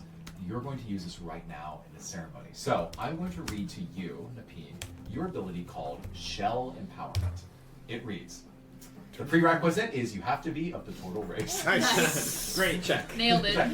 Description says, each time that you emerge from your shell, you channel the energy of your retreat to double the effectiveness of your attack rolls and strength-based checks for the next round. This enhancement also applies to the distance or weight of objects thrown or carried. There is no limit to this ability's use, representing the significant power you can draw from a moment of defense. Shell Empowerment, I will now hand to Rachel, and here is the cheat sheet for it. Thanks. Turtle power. You see as basically. you and one of your siblings preparing for this rite of passage retract into your shells. And you're going to eventually emerge with this bolstered strength to lower him into his resting place. But something happens. Oh no. Why don't we have Rachel draw a twist, as this memory doesn't seem complete just yet. Twist What is time. happening? A sudden assassination. I'm gobsmacked. What? No, No, not Tina too. it's a disaster. Well, Rachel, to give you at least a little bit of character agency, you get to choose who dies. Oh my gosh. I will choose how they die. What a twist. Oh man. I mean, assuming that your father's beloved, like, and is of middle importance, like, there could be a lot of people at this funeral. So that's what I was thinking. Very It's I was torn between Tina and like a local politician type person who's there. I'm gonna go with the latter because I don't want to raise 8 siblings. So, a local sort of politician or Yeah, figurehead. kind of a local, kind of like the guy who spoke at the funeral. Can I Either have a you religious roll or- a history check for me? Yeah. So it turns out that your father might have been connected with some slightly more interesting That's a people. 23. 23 than you expected. Naveen, you might come across as a humble fisherman, but you listen closely when people talk about what's going on in the Emerald Egalitary. What about those zealot leaders that have so much wealth and money at their disposal? It seems like they can throw any enchantment at any problem and make it go away. Someone needs to do something about this. Your father, you know this. You one day peeled back the notebook that he used to have, and you found a symbol on it. It was a simple symbol, a red seal that had what looks like a gleaming sun on it, and underneath it, what looks like the polygonal shape of an emerald that's encrusted in the center of it. With 23, I can tell you this directly. You were positive that your father was involved with an underground rebels organization called the Emerald Insurgents. Whoa. He was responsible for trying to leverage and maneuver resources to help people that were in need to find better work. But more importantly, the Emerald Insurgents was a proactive political entity of subterfuge. They sought to undermine leaders and establishments, trying to move the needle to get new policies enacted that would support the poor or the weak, the orphans or the downtrodden. This is baby Napine and Napine's dad fishing together. Yeah, that's exactly right. Wait, is Look at that little tiny Napine's dad turtle. wearing a bandana? All of the turtle like if you give a turtle prompt or turtle person, show the camera. it is heavily. The model is clearly like getting trained on billions of Teenage images of Teenage Mutant Ninja Turtles. So it's like just Raphael fishing With his little tiny child. So cute. That is all. But with that 23 round history, not only are you certain he worked for it, you believe that because of his sacrifices, that someone here is probably associated with this Emerald Insurgents. Out of nowhere, you see as arrows fly, and a person that you know that was, to your knowledge up until this point, probably just a friend of your father's, but you suspected might be involved with their political underdoings. This, we'll say that this is a female orc, like full orc, that was present at the funeral, was relatively soft-spoken. She seems to be mourning his loss for more reasons than one. Arrows fly from the side as two of them sink into her neck directly, and she grunts in pain, beginning to dash in a sprint to try to find cover, almost immediately mobilized like she was trained for combat. But a toxin kicks in suddenly, and you find as she is eventually snuffed out of existence as she dies right there at the scene of your father's burial. No one else that day was attacked, hurt, killed. No one was able to quickly peg or trace the face or the visage of the assassin. Unless, why don't you roll me a perception check? Thank you. That's pretty good. It's a natural 19. Okay. Sorry. Can you take these? She perceives much. I had to stack all my papers. Put the map right there. That's because that's 24. Napim, in this moment, at this desk in the Phoenix Safe House, you remember the face of this assassin. The one who disrupted your father's burial and funeral. The one who assassinated one of his close-time friends, one of his allies in the Emerald Insurgents. I'm gonna have to give you pieces of that face later. So that way you might have someone in your back pocket you can look for, because you don't know their name, but you might be able to recognize them if you see them in the future. After all of this happens, you do eventually use this shell empowerment to lower him into his grave, and you cover it with sand and grass, knowing that eventually the shifting tides of the coast off the Galatary will sift his body back to where many would say that he eventually belongs in this resting place. But for now, all seems calm. Your mother, Tina, is clearly shaken and still keeps a brave face, in spite of all of this. She looks at you and she says, "Your father was the best man that I ever knew. Sometimes being truly good has its own price." Do you say anything to her? I step up and give her a hug. She hugs you back tearfully. And then Pilo jumps up and tries to lick her face. A small and puppy Hilo jumps up and she easily holds it in one of her hands as it licks her face, and she chuckles herself. It's a mixture of laughter and crying.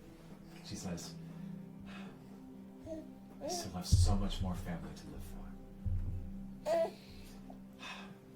Let's tidy up your father's things." And the two of you are going to walk back to the shed where he stores a lot of his fishing equipment and his vessel. And that's where we're going to leave this memory. As you drift downwards, sifting, landing back into your seat at this desk. And all of these memories of your father and who he was, of his death, of the assassination that took place at your funeral, washes over you in an instant as you recall all of this. It's a very small turtle tear. A single turtle tear drips down Napin's face as Pillow dutifully comes by to lick your face as he did that one day. But I kind of sniffed and pretend nothing happened.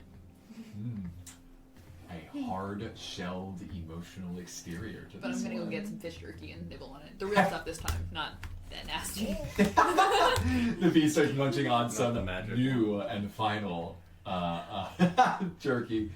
And with that, one seat remains. Lear, are you ready? Lear.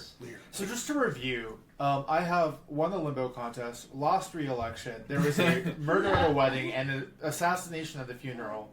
So I'm a little scared.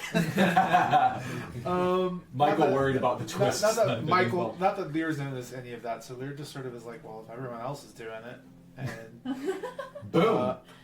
Blood on the parchment Blood on the soaks in. I should mention that for each successive person, your tarot icon appears on the bottom in a red blood seal. The fifth one now appearing as Lear produces his own blood.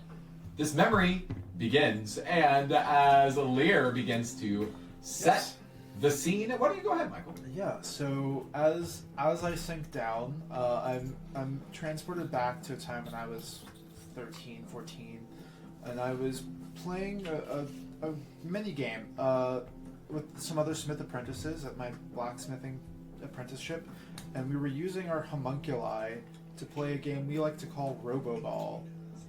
Ooh. Yeah, tell me the rules of Yeah. Roboball. So it's really simple. Basically, you need to get your robot to somehow move a ball into what is a very similar to a soccer goal. Some people like to use more bird-like ones if they've been playing for a long time, because the sort of meta is you have to get around certain people. But I'm very new, so my guy is one of my oldest homunculi, Roy, which stands for Robotic Operative Interface. And he's just like a little Wall-E type. He has like two treads on the side, a little body, and then like two arms and like a head that sort of looks like Wall-E from Wall-E. And Wall-E is playing goalie right now. Okay. By Wall-E, I mean Roy. Roy is playing goalie right now. Dutifully doing the Wally. Oh, good. I need to do the race. Great. So why don't we let's roll and see how well your goalie is doing. Why don't you roll? I don't know if you have his stats in front of you, but just a dex. We'll do a dex check. That is a 12, so I think that's a +2, right? Yeah. 12 is so 14. Okay, 14. Okay, let's see how your opponents are doing as I roll here. They rolled an 8. So you see as Roy blocks a shot from one of the opposing strikers as they come down the field and are moving the ball in your direction. Now you find yourselves in an interesting position. Where do the sort of the humanoids come into this? How do you play a part of the game? We're basically on the sides. We're giving instructions in part, but also in part there's sort of like, a little rough housing with your fellow apprentices, Got it. knock them off their game. Most of ours respond to direct control. Mine still does. One of the younger apprentices, Alexander, still is using a mini handheld remote. One of the older apprentices, Inna, is kind of ribbing him a little bit for it, but is making sure no one roughs him up too much. We like to keep it fair. Awesome. Well, so as you were controlling, perhaps with varying levels of like motor control, literal motor control, as you're using your minds or your magical devices to manipulate them, why don't we go ahead and roll? Let's do 3 rolls. First to the majority, so best 2 out of 3 on our investigate checks. Will win the entire match as you're playing against. You said Alexander and Inna. Alexandria? Yeah, Alexander. Yeah. Cool. So why don't we see if you're able to beat this more novice apprentice in your shop? That is an 8. He rolled a 20. So he initially gets the edge in this competition as you are going back and forth. If he wins again, then he's going to beat you in this match. Maybe In will have things to say about it. That is a 2. I rolled a 13. So immediately you find that the newcomer might have some luck up his sleeve, or maybe something else. Why is he doing so well in this competition when he has little experience with it? Maybe the answer lies in our twist. Why don't you go ahead and pull it out and see if this somehow works? Please don't be murder. Yeah. No, don't grab that. Thank you. And the twist is Key assumption turns bad. a key assumption turns bad. That's good. I'm gonna let Michael steal on that. That's a well-written twist. Yeah, pretty smart. Did you write it? Nope. Oh. Well, I very well. assumed that because this guy was new, I could smoke him.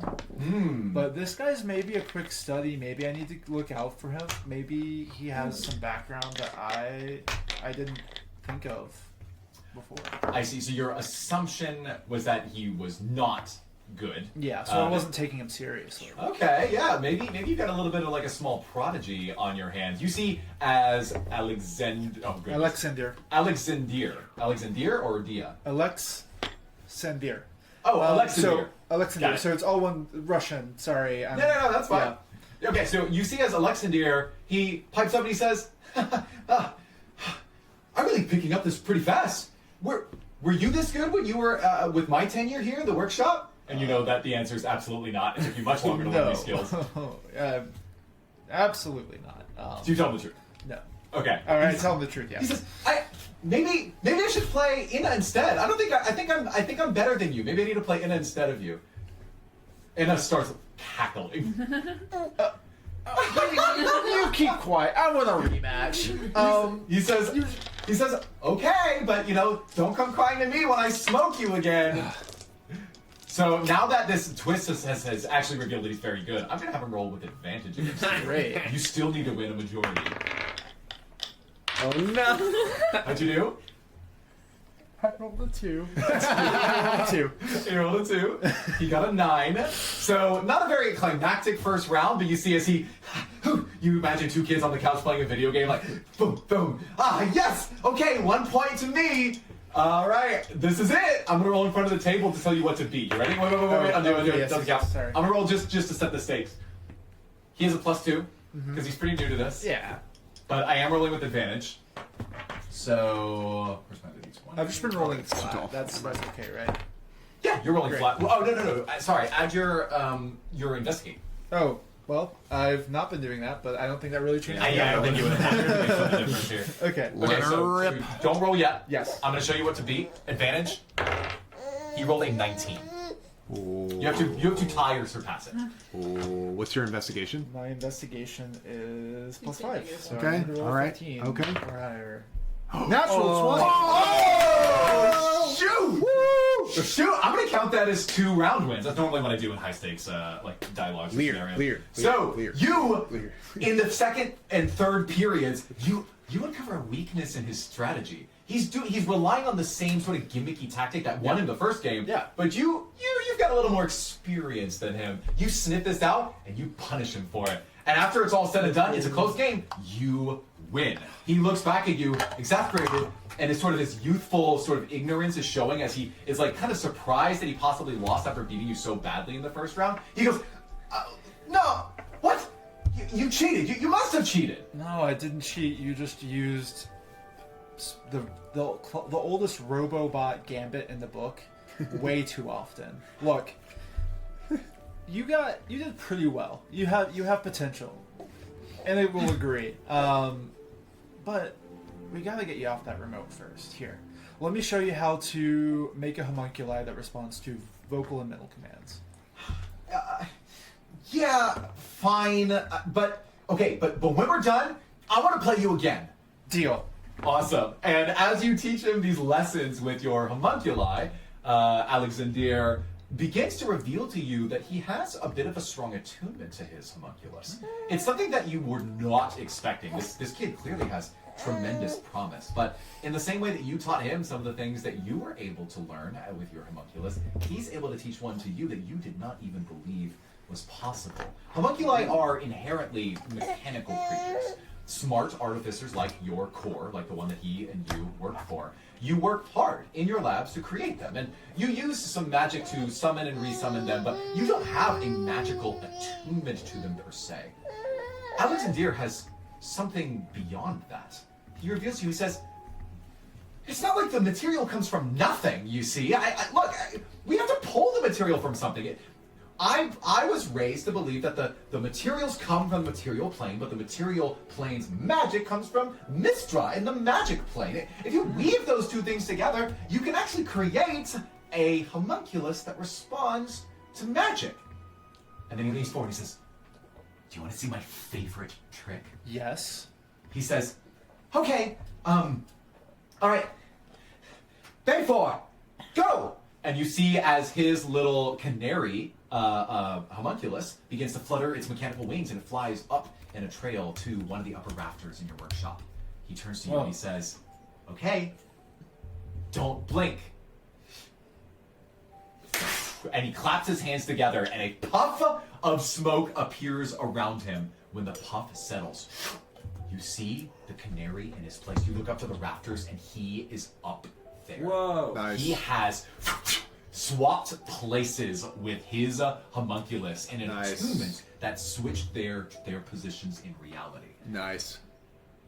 My friend, Lear, you're going to get That could be- the ability of Arcane Transposition. Wow. First prerequisite is the ability to create a homunculus. The description reads, as a bonus action, you can switch places with your homunculus servant amidst a silent magical smoke, provided it is within 30 feet. The ability necessitates a DC 10 Arcana check for each use to maintain the homunculus's form. Failure means that it vanishes as if it was reduced to 0 HP, must be resummoned in your current rule set. This skill embodies your mastery over spatial magic and the bond with your servant. One thing that's written here, but I actually didn't include on this, is 30 feet, no line of sight required. So you can use that for all forms of fun, infiltration, stealthing, techniques of all kinds. Cool. And that is your attunement to It is, your... in fact, very cool. We stealthy. Be the stealthy as your seal of the moon drips onto the parchment and locks it into position. You land with this memory of your friend, your protege, Alexander, and Ida, and your memories in the workshop. And Roy come back to you as you land back in the seat in the Phoenix safe house. I summoned Roy. His Wally-like form appears before you. Hey, it's been a while. It makes a shrugging motion. Well, it's good to see you again, buddy. I think It getting spins over in these. place. Oh, this is the Wally one. Yeah. I'm sure I'll be using you a bit more in upcoming days. You see that he wheels in place, excitedly, sort of jostling to himself, imagining the adventures that you might go on. And with that, This is Roy. you introduce me. Everyone, this is Roy. Roy. As the rest of you in this room have these memories of your past, pieces of your character, you may not know just yet why you decided to sign up for this, but you remember parts of your family for Napine, your trade for Lami, your careers and your studies for Lear, a piece of your time as your childhood for Rai, and of course, your physical form and identity if you are Misty. Yeah, that's crazy. And as these skills come back to you, you realize those skills were stored, locked away in your own blood, giving you the ability at the right moment, right now, to use those skills for your specific mission. The 5 of you selected for your powers combined to be able to solve what is at stake ahead. We'll learn a little bit more about that in just a moment. But we are going to take a break. As the 5 of them convene to eat some fish jerky, the rest of us are going to eat some probably better food, to be honest. Sorry, Lonnie. As we go downstairs to have some dinner, we will be right back after this. Don't go away. Hello and welcome back. When we last left off, our 5 heroes had just reclaimed one of the most important memories about their skills in training, unique abilities that are going to help them on this adventure. But still, Rai remains unsatisfied. Perhaps wondering why on earth, after all of this effort, they were brought to a safe house only to not be told what to do next. Rai, what are you saying or thinking right now? It's nice that we know a little bit about who we are.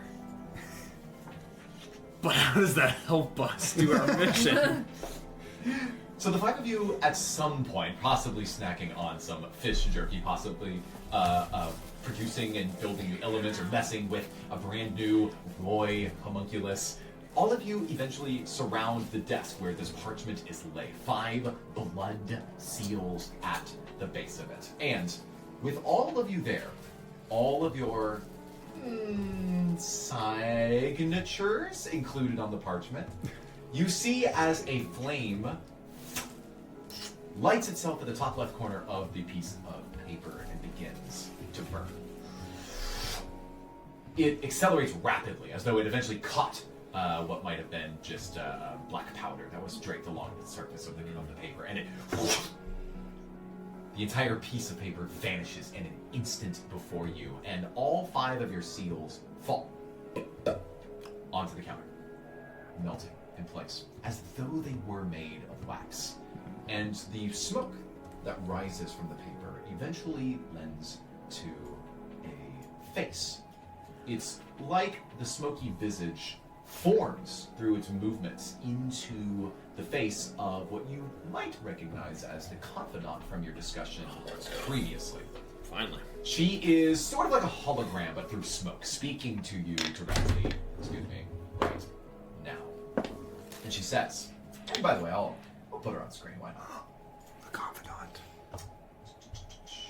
What's our sus value with the Confidant? Your sus value with the Confidant is a 10. 10. Okay, She's very allied. she's on our side, guys. For the I'm record, not so on the Notion sure. site, you can now view NPCs in our campaign by how sus they are, but I haven't entered the ones that are yours, so do that. Yeah, that is a great resource. It'll be very fun. Visual weighted. Campaign. I will continue. So the Confidant in the smoke says, "Hello, welcome to your new home away from home. Well, that is when you're not sleeping underneath the watchful eye of your general, of course. Can't be stirring up additional suspicions on us. This is more of a recuperation place, a safe zone outside of the noise. You might have noticed that it's gotten a bit quieter in here since you first entered. How is everyone doing? How are you feeling now?" And her face bobs in place, eyeing each of you, kind of daring anyone to speak. I'm doing pretty good. Oh, good, Lear. Good to see you here. How's the rest of you? I Feel nice just... in the fur again. Well, congratulations and welcome back to us, Misty. It's good to see you all in one piece. How's everyone else? I'm a little anxious about some of the other things we have going on, but I just made an exact replica of his rope. And I show the rope. She says, "Yes! I'm going to need you to think a little bigger than that, Lami, as you begin to reacquire the skill that we were very impressed you had when we first brought you in.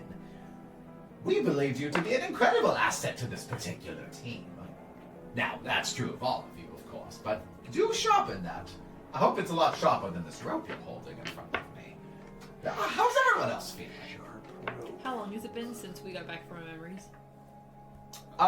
Each person was in their memory for like 10 minutes. So, Okay. it's spent an hour in here total. Okay, cool.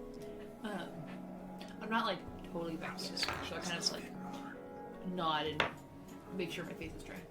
Is Napine, noble as always. I hope that you were able to reclaim a piece of your father from your memories. He was one of the most inspirational figures that we've ever come across, and my hope is that you are persuaded or motivated by his legacy.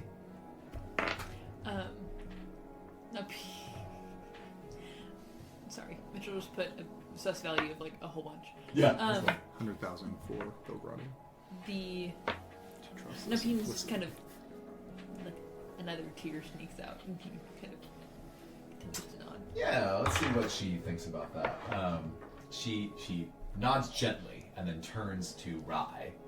"And how are you feeling? I'm catching glimpses of disdain in your eye." It's not disdain, I just, not knowing who we were before, I'm sure we would have had a very well thought out plan before getting ourselves in this mess, so... You know, I did find it interesting how well you acclimated to the belief system here in the Empire. You were really one of their most bright-eyed enthusiasts. And yet, here you are. I wonder if you were always destined to believe deeply in something, or if you just like persuading others to believe it too. I think my inclination towards the Ruby Empire before is only a sign of truly how dangerous it can be, especially to those who have deep loyalties. She nods. You know, I think that is what the Operation Captain had really said when bringing this team together. Some people didn't believe that it was even possible to awaken sleeper agents after the Ruby Empire had had years of control over the minds. They are ruthless. Not necessarily with violence, but they will use every single facet of your life as a carrot, and if they can't do that, as a stick to drive people in the direction of what brings her the most glory. There is no greater people that are dangerous. I hope everyone understands that. Unfettered ambition is the bane of us all in Chrysalis. Different civilizations desperately clamor for power. Some foregoing all forms of prior diplomacy in the hopes of grasping this new 9 stone that people have been rumoring about. If the wrong nation gets their hands on it, we're all dead. We're done. No more. 9 stone? Leia, I'm gonna need you to remember a little bit more of the briefings before you went under. Here, this should help. You see that smoke begins to shoot in your direction. I want you to roll wisdom with advantage. Thank goodness for advantage. Advantage is... I rolled 3 twice in a row. She says, Leia, this is not difficult. There are 8 stones that we know of. The 9th stone is rumored to have the powers of all the other 8. No, I know that. I mean, someone's found it? Or is it just a rumor? All I know, or at least all that I'm allowed to share with you at this moment, we've got agents in the field that are trying to pull back more information as we speak. But all I know at the moment is that the symbols, the kinetic readings of a 9 stone have been detected in many different places almost simultaneously, and that eventually someone's going to find it. Maybe it's a portal to another universe, or a god in disguise, or maybe it's just the most powerful, explosive artifact that this world has ever seen. Why do you think that Empress Belgradia has only recently started rapidly expanding her borders? It's for the 9 stone. Ooh. But a tip for all of you, don't bring that up in front of her if you ever get the chance to meet her in person. She is, as far as our accounts know, quite on edge as of late. And we don't want someone extra suspicious of her own. Unfortunately, things went south at the Carapace reverse siege, and we believe that she is desperately trying to hunt some kind of traitor down. That doesn't make your jobs any easier. Yes. Why were we awakened at this moment? We have informants that get us intel. They know of this project that came up. Project Chimera is what it's being called. And that it threatens to advance the military capabilities of the Empire far beyond what the Amethyst Kingdom is capable of defending against. That's what you are there for, to stop it. One informant alone, not enough. But 5 of you, working simultaneously with the skills that you've developed, with your unique access to military personnel or places. That is how you nip this in the bud for good. Unfortunately, I cannot reveal the name of our informant to you. That is too priceless of an artifact or resource for you to simply go out gallivanting with in the streets. But do be sure, they are out there, and they are watching, trying to keep an eye on you and this mysterious investigator that she's commissioned to hunt them down. Any other questions?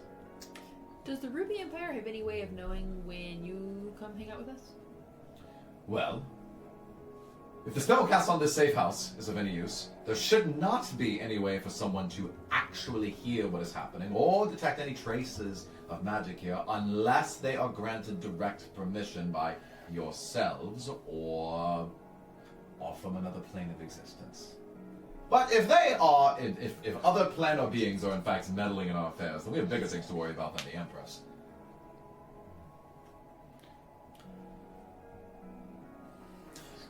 The identity of the investigator, we intercepted a letter to the generals from the Empress, and it said that Oh, good! their name would not be mentioned, but was known to all. Do you perhaps know the identity of the investigator? Well, I can tell you what he goes by. It's funny how an investigator that's supposed to be known for their secrecy is in fact as loud and boisterous as Jasper the Crimson is, but there's a reason for it. It's designed. It's security theater. The people of Balavda believe that there's someone capable of rooting out any insurrections in real time, and they can make a public display of them, executing them at the base of the Church of Tempest. Then people will suddenly stop planning revolutions. It's a pretty simple strategy. What works, though, is that even if Jasper reveals himself to you directly, that's not actually what he looks like. Jasper is a changeling. He can morph at will, take on new voices and faces. He can even change his own abilities in order to match what best suits him. He is impossible to truly track. I don't know what his real name is. I don't know what his real race is. But I know that he is undyingly loyal to the Empress. But is he competent? Michael, why don't you roll a d6? I feel like we'll not something on this today. A 1! That's good. She says, Maybe not. It's for damage. if it weren't for my undying leadership, we would have lost several more informants to the Jasper the Crimson, than we had. Only one to this day, fortunately, and she was a bit too wide-eyed for her role in retrospect. I should not have recruited her as young as I did. Oh. Any other questions or sob stories you want to pull out of me? The only thing I can think of is we've made some headway with a man by the name of. Can I tell you his name? Is that a problem? I'm new to We the. are. I'm new if to you've the. secured the premises, we can discuss things here freely. I apologize. I get a little confused with the double agent thing, and sometimes I'm me, and sometimes I'm me. But his name's Roderick. We made friends with him. Seems like he's with the underworld. Let's see how well the informant knows it. Because if the informant knows and she knows, she goes, Yes. The Roderick is one of the Thieves Guild leaders Correct. who lives in the slums, right? He's a native Balavdan. Yes, native Balavda. I The story take checks a liking to the common folk, and I was wondering. I know you don't have any other informants or insiders in the Ruby Empire, other than, to my knowledge, everyone in this room. Do you know anyone else inside Balavda who could be of assistance? Anyone. We're looking for information, transportation, the ability to have an excuse to go somewhere in town to gather intel without looking like we're just jumping into a sewer in full regalia. Well, let's be clear. Jumping into a sewer in full regalia would be the stupidest thing you could do. Imagine the amount of attention you would have drawn. That 5 soldiers suddenly just entered the sewer system. I tripped and fell. Oh, this actually happened. While You actually trying. did this. I mean, yes, but it worked. Her shifting, shadowy, smoky visage bobs in place and frowns. I fall at asleep you. in embarrassment. Lonnie takes a nap. Napine takes a nap. She looks at the rest of you and says, well, to directly answer your question, there's only one informant that directly reports to me. And they, and I will not name any aspects of them. That's fine. They are the only trustworthy person I have. Everyone else is hearsay. I can pretend that I have information from a local merchant, but that is only as far as I believe that I can't actually reveal what we're working on here. So you And don't that's gotta know. be true for you too. You don't know of anyone else in the city with power. Perhaps maybe you don't know them personally. Is there anyone with power or influence who would benefit from seeing the Ruby Empire crumble? Let's talk about that. But I have something more direct that I think will help you right now. Right now, we do not need leverage or allies even. What we need is information. If this project is being expedited, and Project Chimera is set to release very soon, we would like to know when that is taking place, or where it's even going to be launched from. Or how about this? What even is it? What is Project Chimera? That is what you are going to figure out.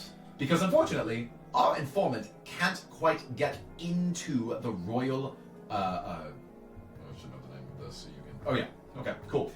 Our informant can't get into the war room in the royal district to understand a little bit more about what the supreme generals of Empress Belgradia's council are actually providing.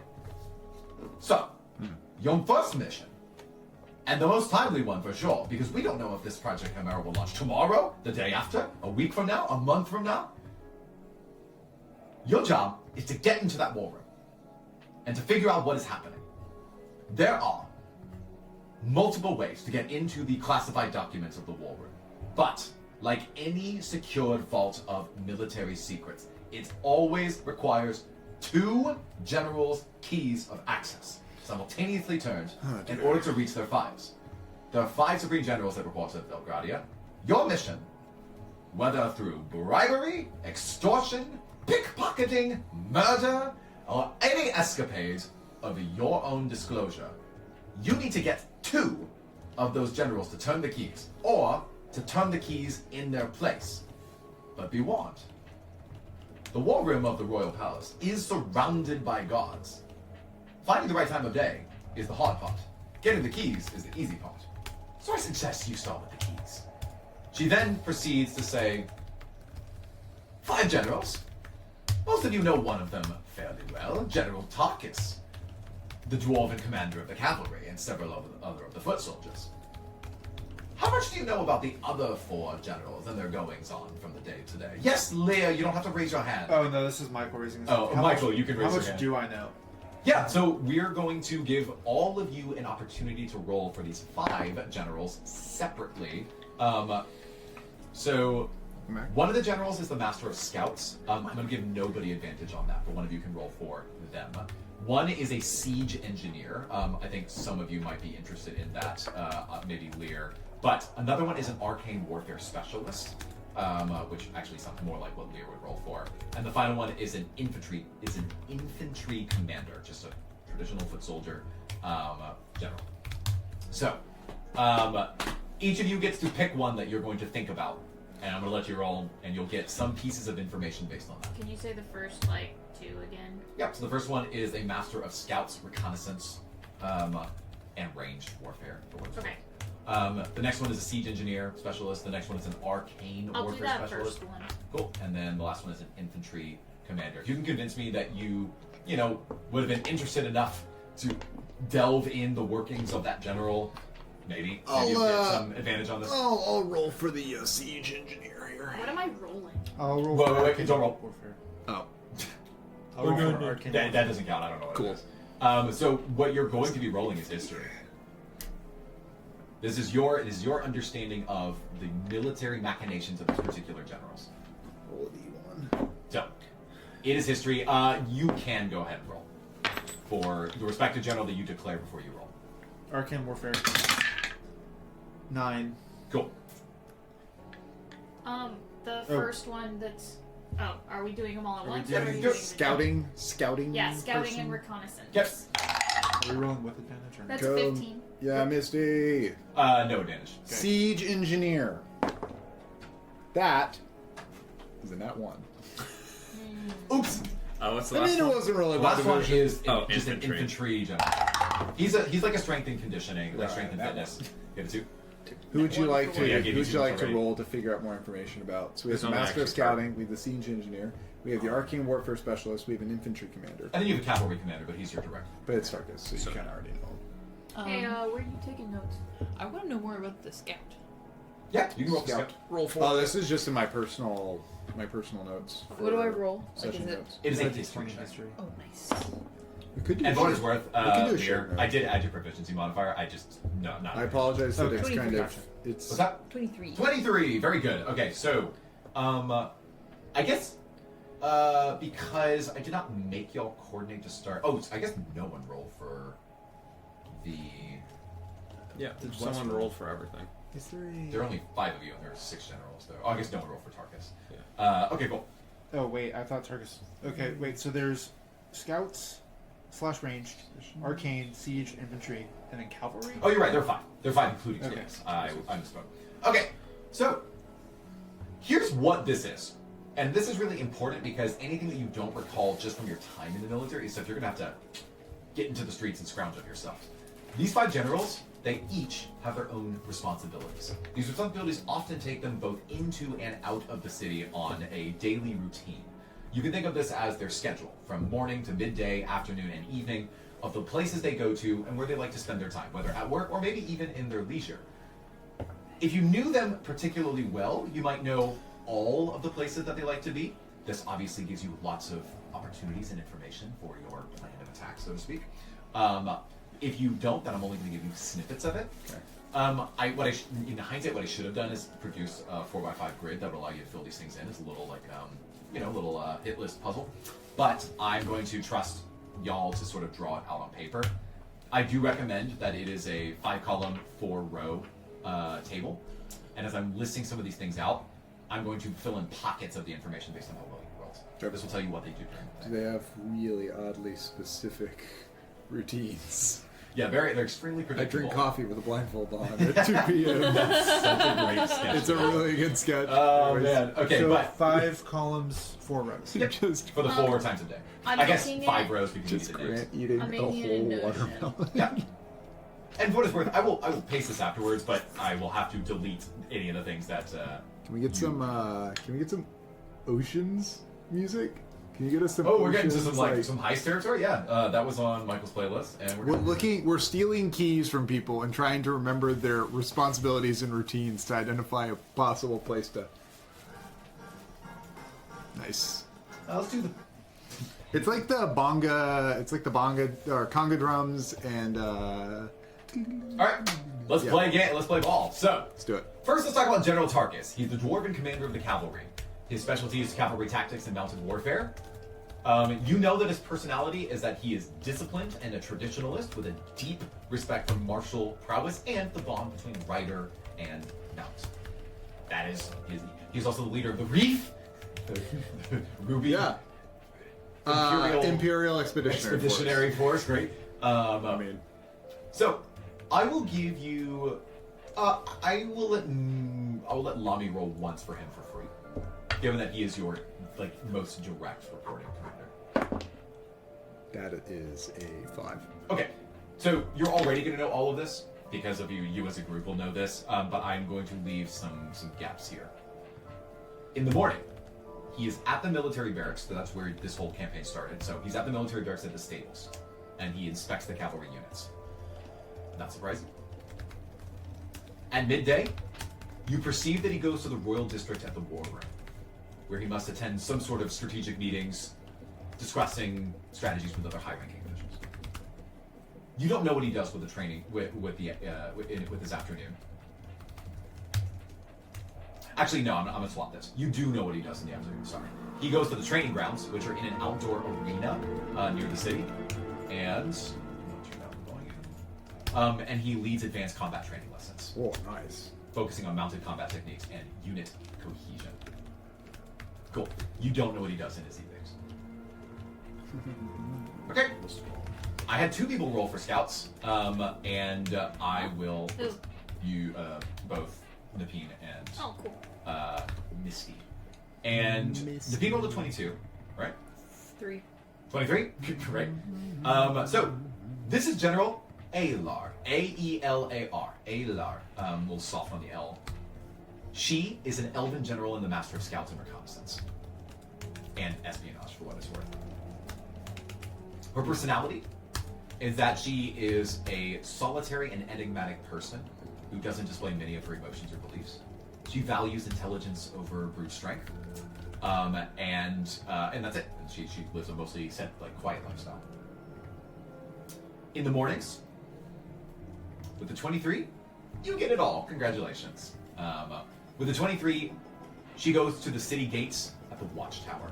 She surveys the city from above and receives reports from scouts while dispatching orders. Music, do I need to get that intense right now? We're going to just like a. I'm just gonna do this. This will allow me to focus. Just so on everyone text. knows, I'm typing stuff in the very bottom of the Oh, Operation that's where you are. Bloodstone I was Notion doc. just gonna ask. Okay. During the midday, you know what?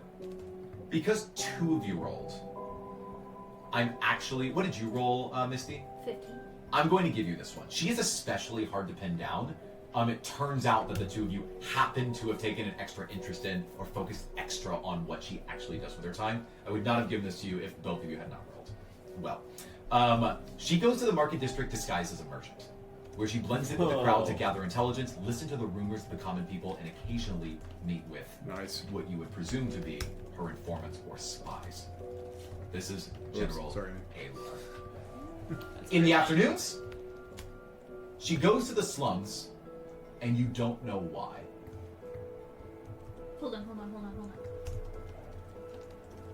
She's sneaky. She do be sneaky. Okay.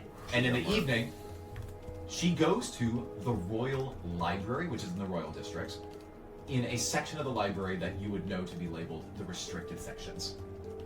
And you don't know why.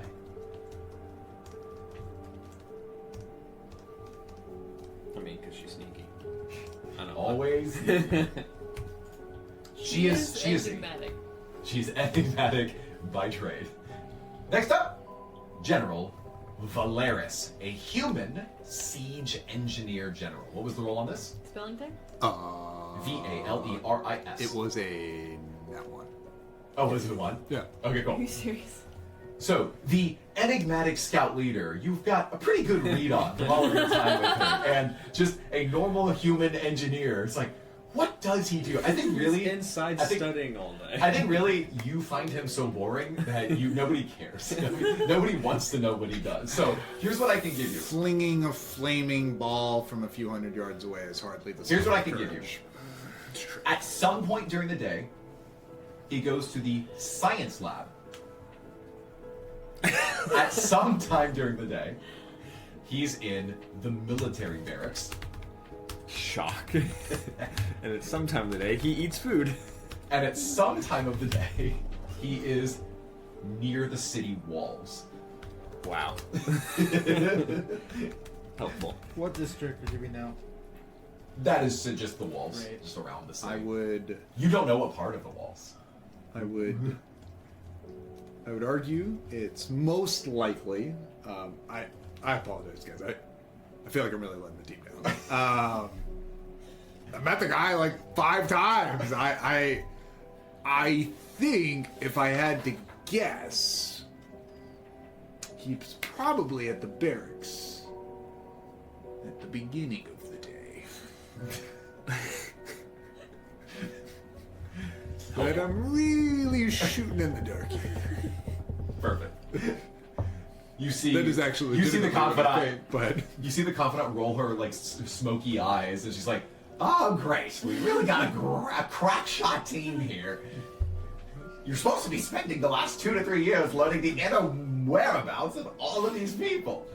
We didn't know that. I can't fault you for it. You didn't know that. well, Thank you. I did learn some very important things. For example, on Tuesday nights for dinner, they serve barbecued meat, and they also serve sandwiches, and you have to pick between them. That is very important. Yeah. But if you're quick, An army marches on its stomach. you can grab the barbecued meat and put it on the sandwich.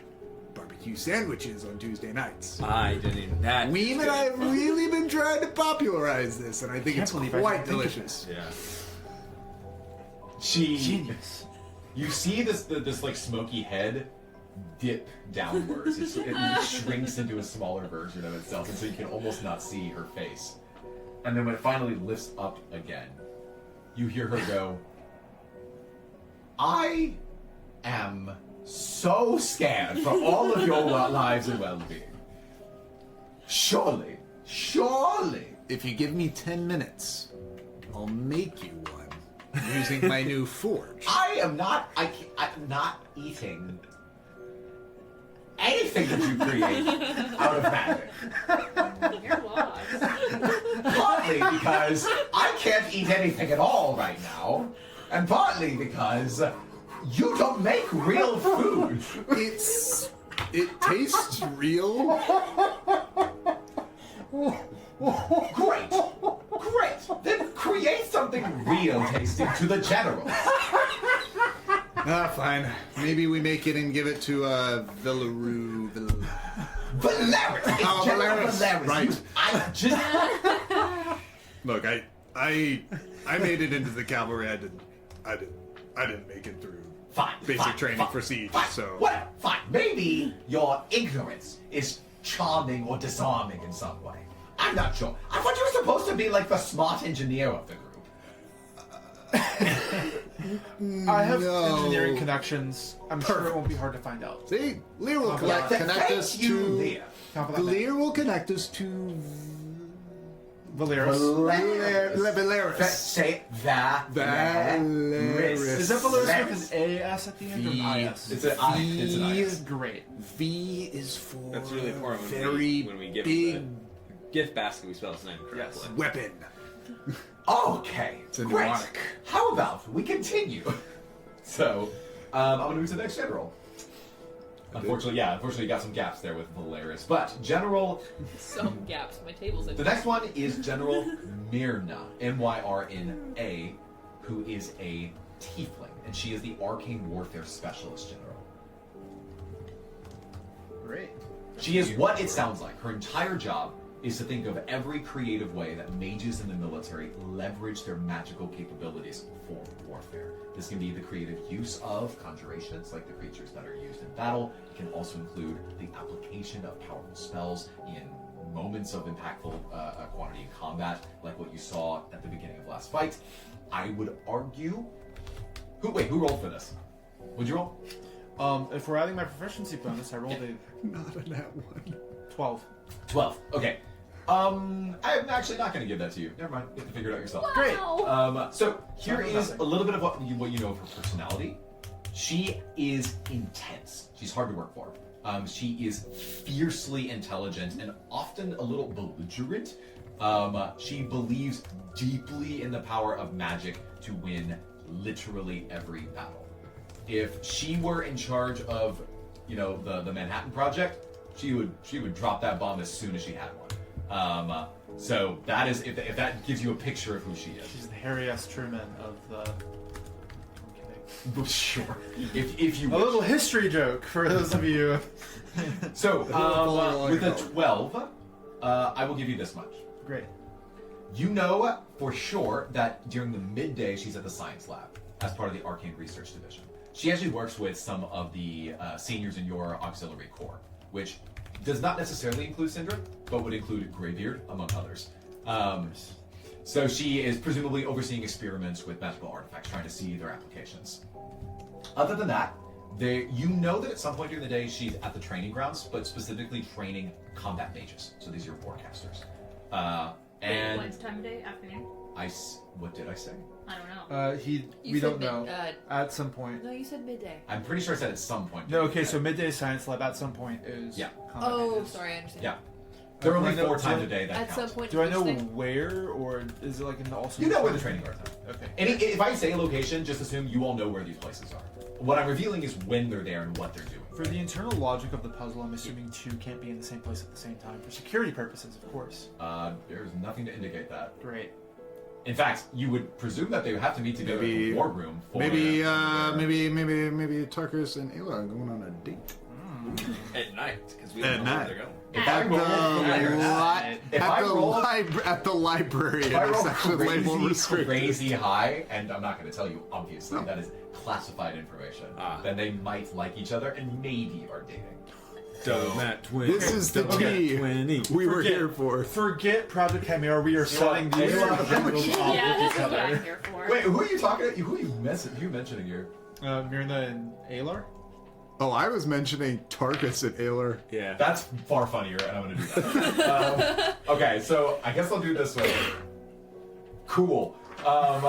We are setting these two generals up. I now know their relationship status. It's complicated. Oh, we don't know where Tarkus goes in the evening, so maybe he Yeah. also goes to the restricted section. Ooh, maybe that's why it's restricted. Now we have a priority. Yeah! This is ridiculous. And great. Okay, I'm going to keep going, though. So, Everything we you could know that ever at some point want. she is at the training guards with the mage division, and you, what'd you get, a 12? Yep.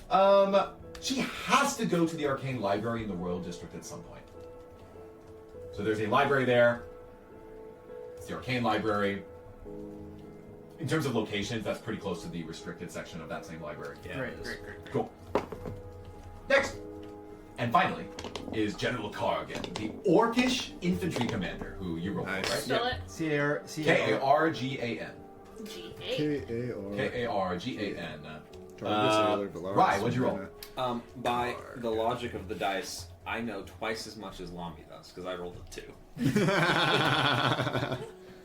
I can't wait to reveal to you what that Thank you two for provides. the important information. So, So, peeved that anyone General rolled Kargan. well on the same person. Yeah. You have very poorly kept tabs on Kargan as a unit, but I will tell you this much. Okay. He's, of course, in charge of the heavy infantry and all strategies regarding the front line of your infantry efforts. He is a bold and honorable man. He prizes strength and courage above all else. He always leads his troops from the front. He tries to inspire them with his own battlefield prowess, so he's constantly working to improve his own fitness and condition, despite being of a relatively old age. And as a result, generally speaking, the infantry respect and trust him. He is still pretty strong, spry for his, he's not ancient, but for his age. 55. Sure, I don't know how it translates into orc, but Orcs don't live very long, is my understanding. cool. So, with a 2, are you ready to see what you find with a 2? Rifle Yes! blow. At some point, he's at the military barracks. Shock of shocks. And at some point, he's in the slums. Shock. That is interesting. He's probably working out. And that is all. Seriously, he's probably just beating up poor people. Poor people. What an honorable man. So we have most of Tarkin, 50 all of Alar, one of 5 Myrna, sets. and 2 possible locations. That's Yeah, so putting on my DM hat to give you an exciting or interesting place to start. The world is your oyster. This improved map that Michael has, for those who are seeing on the Notion, created and designed for and us. I will add some updates based off of these locations. Oh, cool. Yeah, that'd be awesome. These are all fair game. So what your job is right now is you need to get 2 keys from any of the 5 generals. Go to the war room and open up the secured vault of documents, of like military documents that would probably have the information behind Project Chimera. That requires 2 keys to be pulled simultaneously. There's an additional layer of complication here that might change your strategy, which is if 2 of you were to show up and just pull out these keys belonging to the generals and turn them, and anyone were to see you do that, that would raise 1,000 red flags, because people know who the 5 generals are. So it's not just that you need to get the 2 keys, it's you need to get the 2 keys and maybe wait for an opportunity that could definitely arise where you could go in securely and take it. Maybe take out some guards or sneak in during night or whatever. Or you need to, and this is definitely a possibility in this campaign, I've designed it intentionally this way, you might need to convince them through deceit or persuasion to open it for you. I don't know what that would look like, but you can just get 2 generals to help you. That is a possibility in the context of like their suspicion and allyship with you. Sounds hard, but maybe there are ways that you can think of that. How much politicking is there between the generals? I know obviously you've rolled What was secretly your history roll? a 12. 12, and then we added 2 for the thing, or 3 for the thing. So you know that the Empire does not believe in familial dynasty. So on on a fundamental basis, it's might makes right. The emperor or empress becomes the emperor or empress as a direct result of their power and their ability to command others. That is why she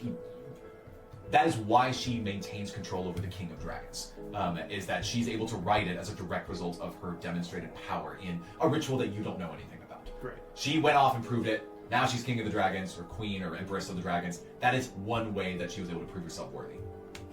Long story short, the Empress herself will directly decide who will replace her when she is done. And those people absolutely have motivation to prove themselves more worthwhile. So there is definitely a little bit of jockeying, whether it is for like absolute power or just for perception of power in the Empress's eyes. Any of these can amount to success. Who's her number 2? So again, because there's not necessarily like a dynastic system here, they're all her number 2. Right, And to but go they- even further on that, there are actually 8 Supreme Generals, but only 5 of them are in the city of Balavda right now. There are 3 others. There's General Cedric Marin, who is off in the Blackshade Lords. There's General Gregnok, who's over in the Topaz Tribes. And there's another one that I haven't named, but that is not in the city at the moment. But are any of them, like, her favorite? Like, would we have any insight to that? Roll insight for me. It's going to be crazy high for you to really intuit something here. No. So Napine, the shipman, does not know the Empress's favorite general, unfortunately. Sad. But you It was an 8. You never know if you can find out. Like that's always something you can figure out. I'll tell you this. Off screen, I'm going to definitively roll her like soft rankings of these generals in her mind, and that could be something that you discover if you were able to fish it out of people. The Confidant's still here, right? Yeah, I'm still here. What's up? I have a question. And maybe we're not supposed to know this, but I feel like we deserve to. Are we just getting information and then are we done? What's our end goal? Do we Your go end goal home? is very clear, but sorry if I didn't spell it out for you. I think some people, she looks at Lami, might need a little bit more information about this. Project Chimera is supposedly going to devastate Chrysalis if they are able to bring it to fruition. The best time to strike is now, before the project is enacted, not after they reveal this destructive force to the world. Find it, secure it, destroy it, or retrieve it. I don't care. You need to stop the Ruby Empire from whatever this thing is. When you're done, we'll recall you back to home base. Alright. Oh, and maybe one more thing in case this is helpful for you. If you do fail in this mission, if you're unable to keep the guys or the eyes of Jasper off your back, or if the Empress discovers your ambitions, or if you just decide that you want to change sides, that's fine. Except that when you signed that document in your blood, you activated a bit of a incentive inside of your bloodstreams. Just know that if our informant reports back to me that you are not carrying through your mission, then we can very easily activate the part of your blood that will erase your mental acuities from existence. And you will not die, per se, but you will certainly forever believe yourselves to be your false selves. Oh, You'll alright. just become a happy little ruby drone, just like the rest of them. Well, at least we won't die. That is assuming that the Empress doesn't execute you first. Alright. Yeah, that was a good. So I hope we have an understanding. We can't have liabilities running around. If you get caught, we are wiping your minds whether you want it or not. Yeah, I She think we eyes you could've- suspiciously. I think we could have figured that one out. That makes sense. That's fair. Reasonable. I knew you would understand. Now, you've got a mission to get to. 2 keys, 1 vault. Good luck. What's the emerald thing? I think it's this. Oh. Yeah, that.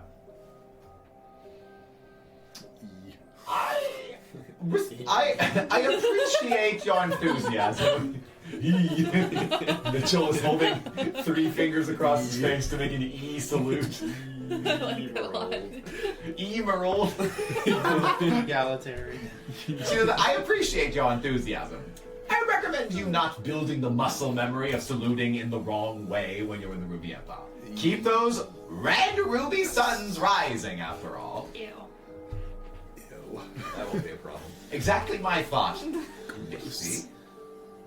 Now, Well, then let's get going. If you need to contact us, I assume you will let us know by way of random letter delivered by hungry infantrymen. those are more expensive than you would think. Do you know how much emerald I have to shell out to temporarily possess one of your soldiers? 12 gold. Oh, sweet Leah. You've not been in the business as long as I have. But don't worry. I'm 19, ma'am. She chuckles. You see the billowing smoke kind of curl in place. She says, right. Sorry, just a saying. It took me a long time to get to this position, and I don't expect to be talked down to by a couple of teenage soldiers. No offense. That's fair. But you have your mission. Get your keys, find the war room, find the plans, stop Project Chimera. Is that clear enough for you, Rye? Clear enough. Good enough. All right. Good luck to all of you. And yes, if you do want to get in contact with me, the best way to do so is right here. If you find contact from someone mysteriously unknown in the city, they might be my informant. But do not trust anyone. So play dumb if someone is being weird. Got it. I wouldn't be surprised if Jasper the Crimson, in fact, employs the strategy against you, hoping to make you believe that he is the informant. That would be devastating. Do not tread lightly around any people in the city of Balavda. She looks at Misty. Even your closest friends. She looks at Napine. Understand? So don't tell Roger. Be smart. Having allies is helpful, but having information is a little bit better. Good luck!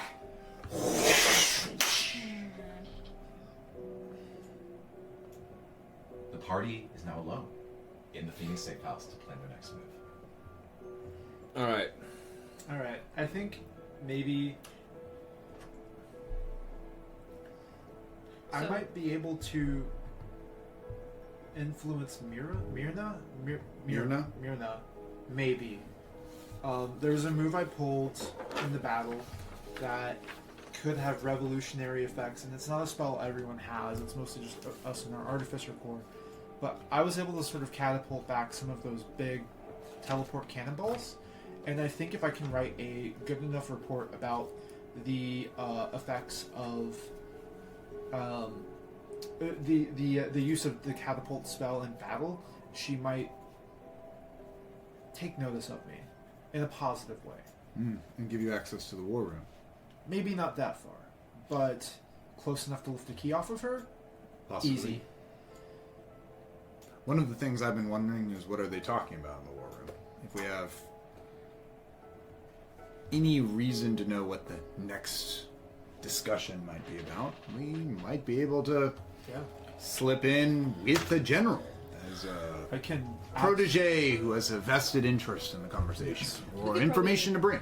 We probably find out the restriction section of library and also That's- verify whether or not You- Tarkus and Ayla are meeting up. Okay. So I think we It's need also an option. I think there's two fundamental ways we can go about this. I think Let's we eat. can either convince the Ruby Empire in some way that we belong in the inner circle. what's the name of the place we have to do the keys? The It's war like room? the Just the war vault. room. Oh, and The vault in the war room. Yeah. Yeah, we need to either convince the Ruby Empire that we should have access to the war room. Correct. Yeah, if this helps, In the vault. Royal District, war room, War room vault. vault. And that's the thing that needs the 2 keys, not the war room itself. No. Okay. But it is worth mentioning that the war room is constantly guarded Yeah. by soldiers, and that the only people with like default clearance to the war room are the 5 generals and the empress. Can we see the map again? Sure, yeah, I'll show you Michael's map here. Well, so we either need to convince them that we need to be. We Given deserve to access be to in the war room. Be there, or can we have them bring us stuff or something? Or we have to convince some generals or some very high-ranking officials to work with us To get us there, or to get stuff out? to get stuff out. Okay. I think it's easier Or to get to us in use there. their motivation, which is Ruby Empire expansion, to get us into the room. Again, if we discover that Tarkus and Ayla are dating, we could use their secret relationship to manipulate. We can That's also true. I we don't can know if also blackmail's exploit the gonna work. relationships between them. They're all jockeying for second. Well, they're all trying to jockey for first Correct. place once Correct. the Empress steps down and dies. I think we it's- can absolutely The Empress use is that pretty to our young, advantage. though. She is. I think it's She's pretty young. it's for her. evening. How- It's evening now. No. Yeah. Well, So what are we it's waiting time for? to go to the Royal Library. We could go to the library right now, follow up, see if we can get the drop on Alar, get some information, What and then time report do back we for go muster. It is past sundown because that was the inciting event for the dead drop in the last session. Yeah. Let's go to the library now. Perfect. What time do we have to be back in our barracks? Is there a curfew? I'm assuming. No. We're off duty. But we have to Partly be at because of muster. General Tarkus' direct commands to sort of enjoy the city and sort of boost morale. But you are required to muster at like 5:30 in the morning. So we have the cover of night. I suppose.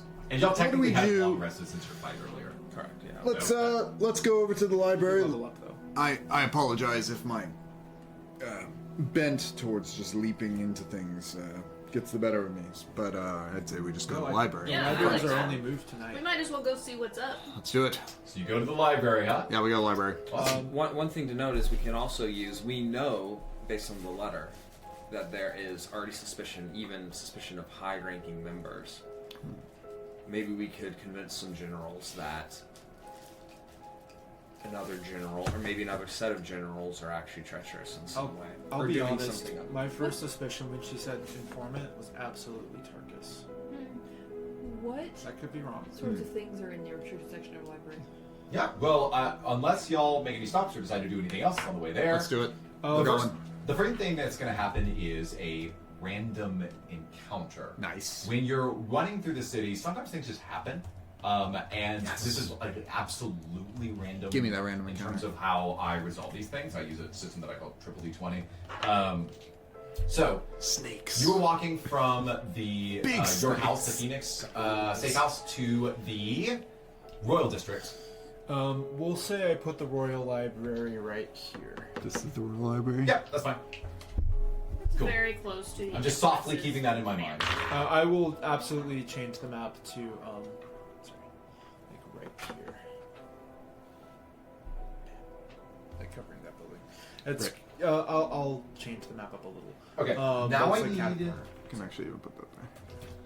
Now I need everybody to roll a d20, just so you know what's going to happen. On a crit, someone you know is going to show up. Well, I critted. Whoa. 2 crits. What?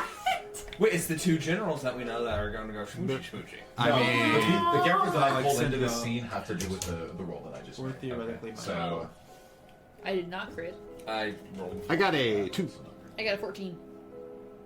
awesome. 2 nat 20s. 2020. Nice. Cool. Nice. Who do we see? Who we got here? Roderick shows back up with an army of thugs.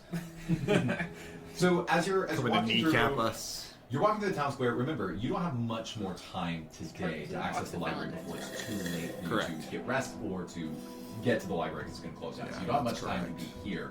But in the streets as you're walking in the direction of the library, I'll even say that this is towards the outskirts of the Royal District. Misty, Yep. you in the time that you had to prepare for everyone to go out, I'm presuming you donned back your Ciabatta attire. Yep. By drinking a potion, taking on that form. Yep. Great. Always tell me if you are changing, otherwise I have to assume you were the previous form. That's kind of something you have to prepare for Okay. in your mind. I guess going forward. So as you walk up, you are a little bit surprised to see that General Tarkus is on the steps of the courthouse, and he's talking directly to a couple of soldiers that are there. They're not like necessarily following him. In the Royal This isn't like a District? lesson or lecture. What's that? In the Royal District? Or In the Royal District, yeah, on the steps of the Royal Library. Remind me, who is like directly under Tarkus that knows him already? All of you eventually report up to Tarkus. But does he know any of us personally? He knows me. He would know. That's what I thought. He definitely knows Lamy. Why don't everyone roll d20 and let me know if you earned his eye. Yep, makes sense. 3, 4, 15. 15, 8. 8. Cool. That sounds about right, actually, based on your relative positions. It is possible that at some point he's talked to some of the folks that are in the arcane division and definitely would have crossed paths with Leader at some point. But yeah, he's standing on the steps, walking out with some of the soldiers that are there. You see that Celine is there among them. And Celine. And he says,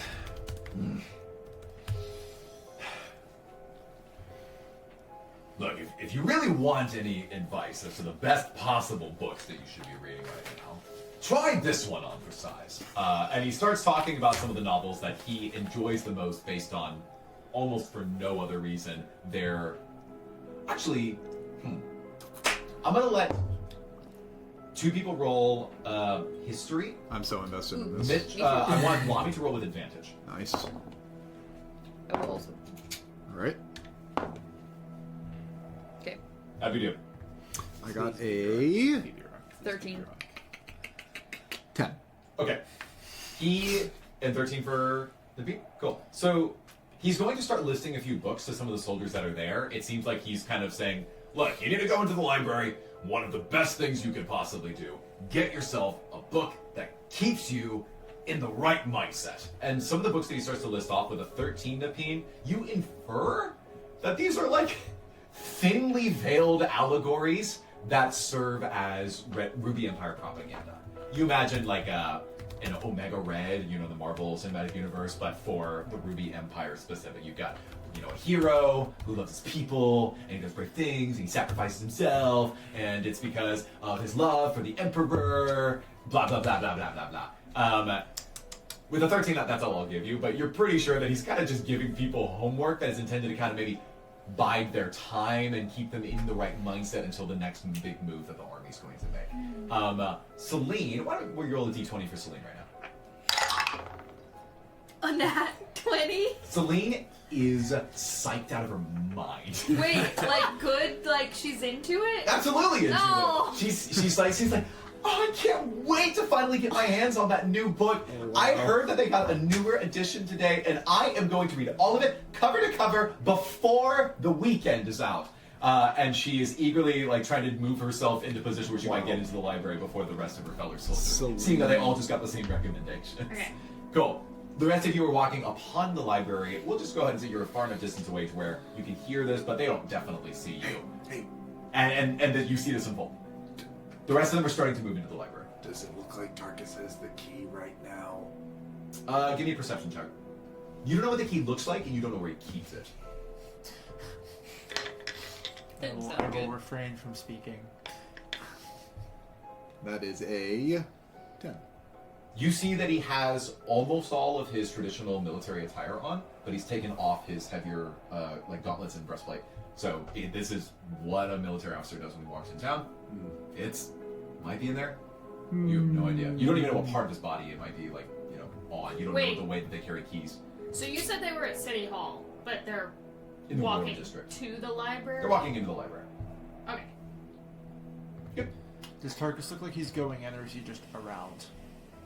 I think I know what Sounds you're like Tarkus actually goes asking. to It seems like he wants to leave soon. Because it's getting close to close of evening? Yes. Well, because it's getting yes. Great. So I think we filled that square in. I need to be more Can direct. we- He is going to go someplace else Oh, But- okay. in his evening. Oh, but he's he just happens to be at the Royal Library right now, and he's on his way to somewhere else. Okay, never Yeah, mind. I know that I've gamified the routes of these 5 generals, but they don't always do Bingo. exactly the same thing every day. Yeah. They might, still be as part of a random event, be someplace else that day. So, We're all like walking up to the library. Yeah, you tell me if you want to walk close enough to encounter the other 7 soldiers that are there while following him, or if you just want to hang back. Or Are the walls of the upper district? Are they scale like? Can you like just walk up them? can you climb up the Like inner walls of the city? Yeah, could like just like overlook, like outward. Yeah, you can basically. stand on top of the wall. Yes. Okay. Yeah. I think one of us, or maybe 2 of us, we should definitely figure out where he's. Yeah, that was my. Well, that was absolutely my thought. Let's see. Hang on, do I have a message? I have message. Yeah, and just for the listener, this may not end on a cliffhanger. We're going to give you all another 15 minutes of stuff, and we might just let you all take some notes and think about your game plan for next time. That's Yeah. what's going on. Out of character, I definitely think tailing him. Someone should probably do that. And someone should see if Myrna is in the Arcane Library right now. Those are 2 things we can accomplish fairly easily. Yep. Yeah. You only have 1 time unit left today. This is it. Your one thing for the day. Can you send your little Remy to follow him? That might, How far that might can be more- Remy go? I think we need to be more inconspicuous. I think we need. It's going to be very obvious if there's just a robot mouse, Okay. and there's only so many people in the city who can create robot mice. Yeah. You can't just guys That's a- are I think I can. Great I inference. think I can follow him. That's exactly what I was going to use against you if you decided to go through with it. Yeah. Let me see what the range of my homunculus is anyway. I need some books here. Would anyone else, besides where I want to? Is anyone particularly discreet?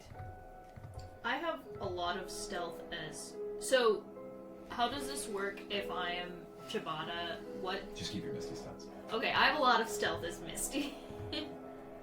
I'm a turtle, so reasonable. I have some bad news. So What's that? I got caught sneaking out all the time as a kid. All right. And That's- frankly, I looked down at my chain shirt. All right. I think It's not good. so. Perhaps Shibata and I can go take a look out over the city, make our way to the walls, and on the way we just keep an eye and see where Tarkus is going. Not too close, and if he does, if anyone asks us, we're just gonna go to the walls to see the city at night because it might be pretty. Yeah, I like that idea. Okay. We can just Do go on you a have a plan? free trip to the library. I fell asleep. Get her in the library. we you have and the me. Do we still have the Instacart. wagon? Let's Yeah. go library. Yeah. All right, we'll always go have to the library. Napine, we'll just Pilo leave. will- Hold on, 1 second. I reach into my pack and I pull out a scrap of paper from my backpack and I write, BR. "Do not disturb." Narco. And I put it on Napine's shell, and then we go into the library. Dope. Is the library dog friendly? Dude. You roll it. I Okay. want it to be your fault. I got a nat 1. Absolutely. They Hey, hate dogs. The last dog. The librarian specifically put in a rule I think- to forbid No all dogs. dogs from entering because they risk peeing on or tearing up the books. She hates them. I hate this library, even though that's fair. That's pretty. Pilo, sit. This is completely Sit. unrealistic. Oh wait a minute. Sit. Wait. Pilo's a wolf. He can Yeah. come in. Pilo, sit. Pilo, sit. No, Pilo's sit. hard to pee. Sit. Let's see. Sit. Stay. Pilo seems Stay. stubborn. Pilo only listens to Napine. yeah. Stubborn in that he's like, I'm coming in, or stubborn in that I need to. No, he's learn just my- not sitting, but he will stay with Naveen. She Oh, will okay, stay good. with Naveen. I think Pilo's a Yeah, I think Okay. Pilo. Well, I imagine Napine asleep, tortoise Yeah. shell, so big bowl shell. Yeah. Pilo climbs up on top Curl and on then top. sits like a wolf, just like this. upright. I'm going to give Yes. Pilo This is my what I banana imagine. because I've heard a rumor from the Black Jade front that dogs love bananas. That so you. This was like a particularly aged banana you're giving Pilo here. It's right. I mean, is it like moldy or is it just black? He Risky. explicitly said He's a that they were dog. moldy in the last scenario, but I'm convinced it's right. I'm gonna unpeel the banana. How does that flesh look? About half of it's good. I give the half that's good to Pilo. Okay, good. Pilo's gonna scarf it down, and seems fine. Seems like they like it. I give him a pet, and Very I walk good. in the library. Cool. So you're going to the library. Can confirm the AI. All right, let's generated do. ones are scary. We'll split the party up and see what happens next with your one-time unit here. So then we'll finish the day and the session. So let's go to Rye and Misty first. Yes. All right. So the two of you are going to scale the walls. It's not too difficult. There are from the stairs. Yeah, from the inside of the wall, there's stairs that get you up there, and your boat physically fits. You get there. You have. We're clearance. specifically going slow, trying to follow Tarkus. Yeah. Well, so you already lose some distance just by having to climb some pretty tall walls. They're roughly like 30 to 40 feet tall, let's say. But you climb to the top. You already are a pretty good chunk of the distance away from him, but nonetheless, you're keeping an eye on him the whole time. Now, this is kind of an abstract thing to represent in a roll, but I'm still going to do it because the city has eyes, and I need to make every roll feel like it could matter because the reality is they all could. There are city guards, soldiers, with spears that are on top of the walls. They are on the staircase as you enter. Because you're wearing your armor, they do not ask for any clearance whatsoever. The walls are open access to any of the military units, especially since it's after hours. So as you are climb, you're going to see them look at you. They might nod. They might do a little ruby salute, which I'm going to presume that you return every time. And walk, all the way to the top of the wall. Doing this does distract your minds for a little bit. If you're going to keep an eye on Tarkus, I'm going to make you roll perception. If you make it obvious, then I'll give you advantage on it. If you keep it relatively secure, then I'll give you just a flat roll. But I will warn you in advance that this is not an easy thing to tail somebody through the city. You're going to have to do it twice. Wait, are we just watching him or are we You're tailing him? walking along the walls, trying to figure out where he's going in the evenings. That was what I heard from I see. Ryan. So we're not right next to him, but we're kind of like... He's on the ground. They're 40 feet up on the walls. Okay. I have a Gotcha. question for y'all. Why are y'all following him from the walls and not? That was not my original forward? intent. My thought is if we're all here and he's like walking this way, we'll just follow him on our way to presumably the walls. Oh, okay, got it. So he is headed in the opposite direction. Oh, he is? Just like straight up the opposite direction. So he's going this way. Yeah, I need to be more specific because this will affect kind of the choices that you make. Yeah. Yeah, Wherever he he's trying is to go. headed from the location of the Royal Library. He is. Sorry, it's hard for me to read sideways. You can just tell us where he's going. It looks like he is walking vaguely southwest, which is to say, sort of in the direction of the marketplace. Okay. Yeah, we can go look at the shipyards and Yeah, stuff. let's go check So, out the shipyards. as we're following him. And depending on where he goes, we might change where we want to go. I'll make this mechanically simple. You tailing him near or far? Near. Far.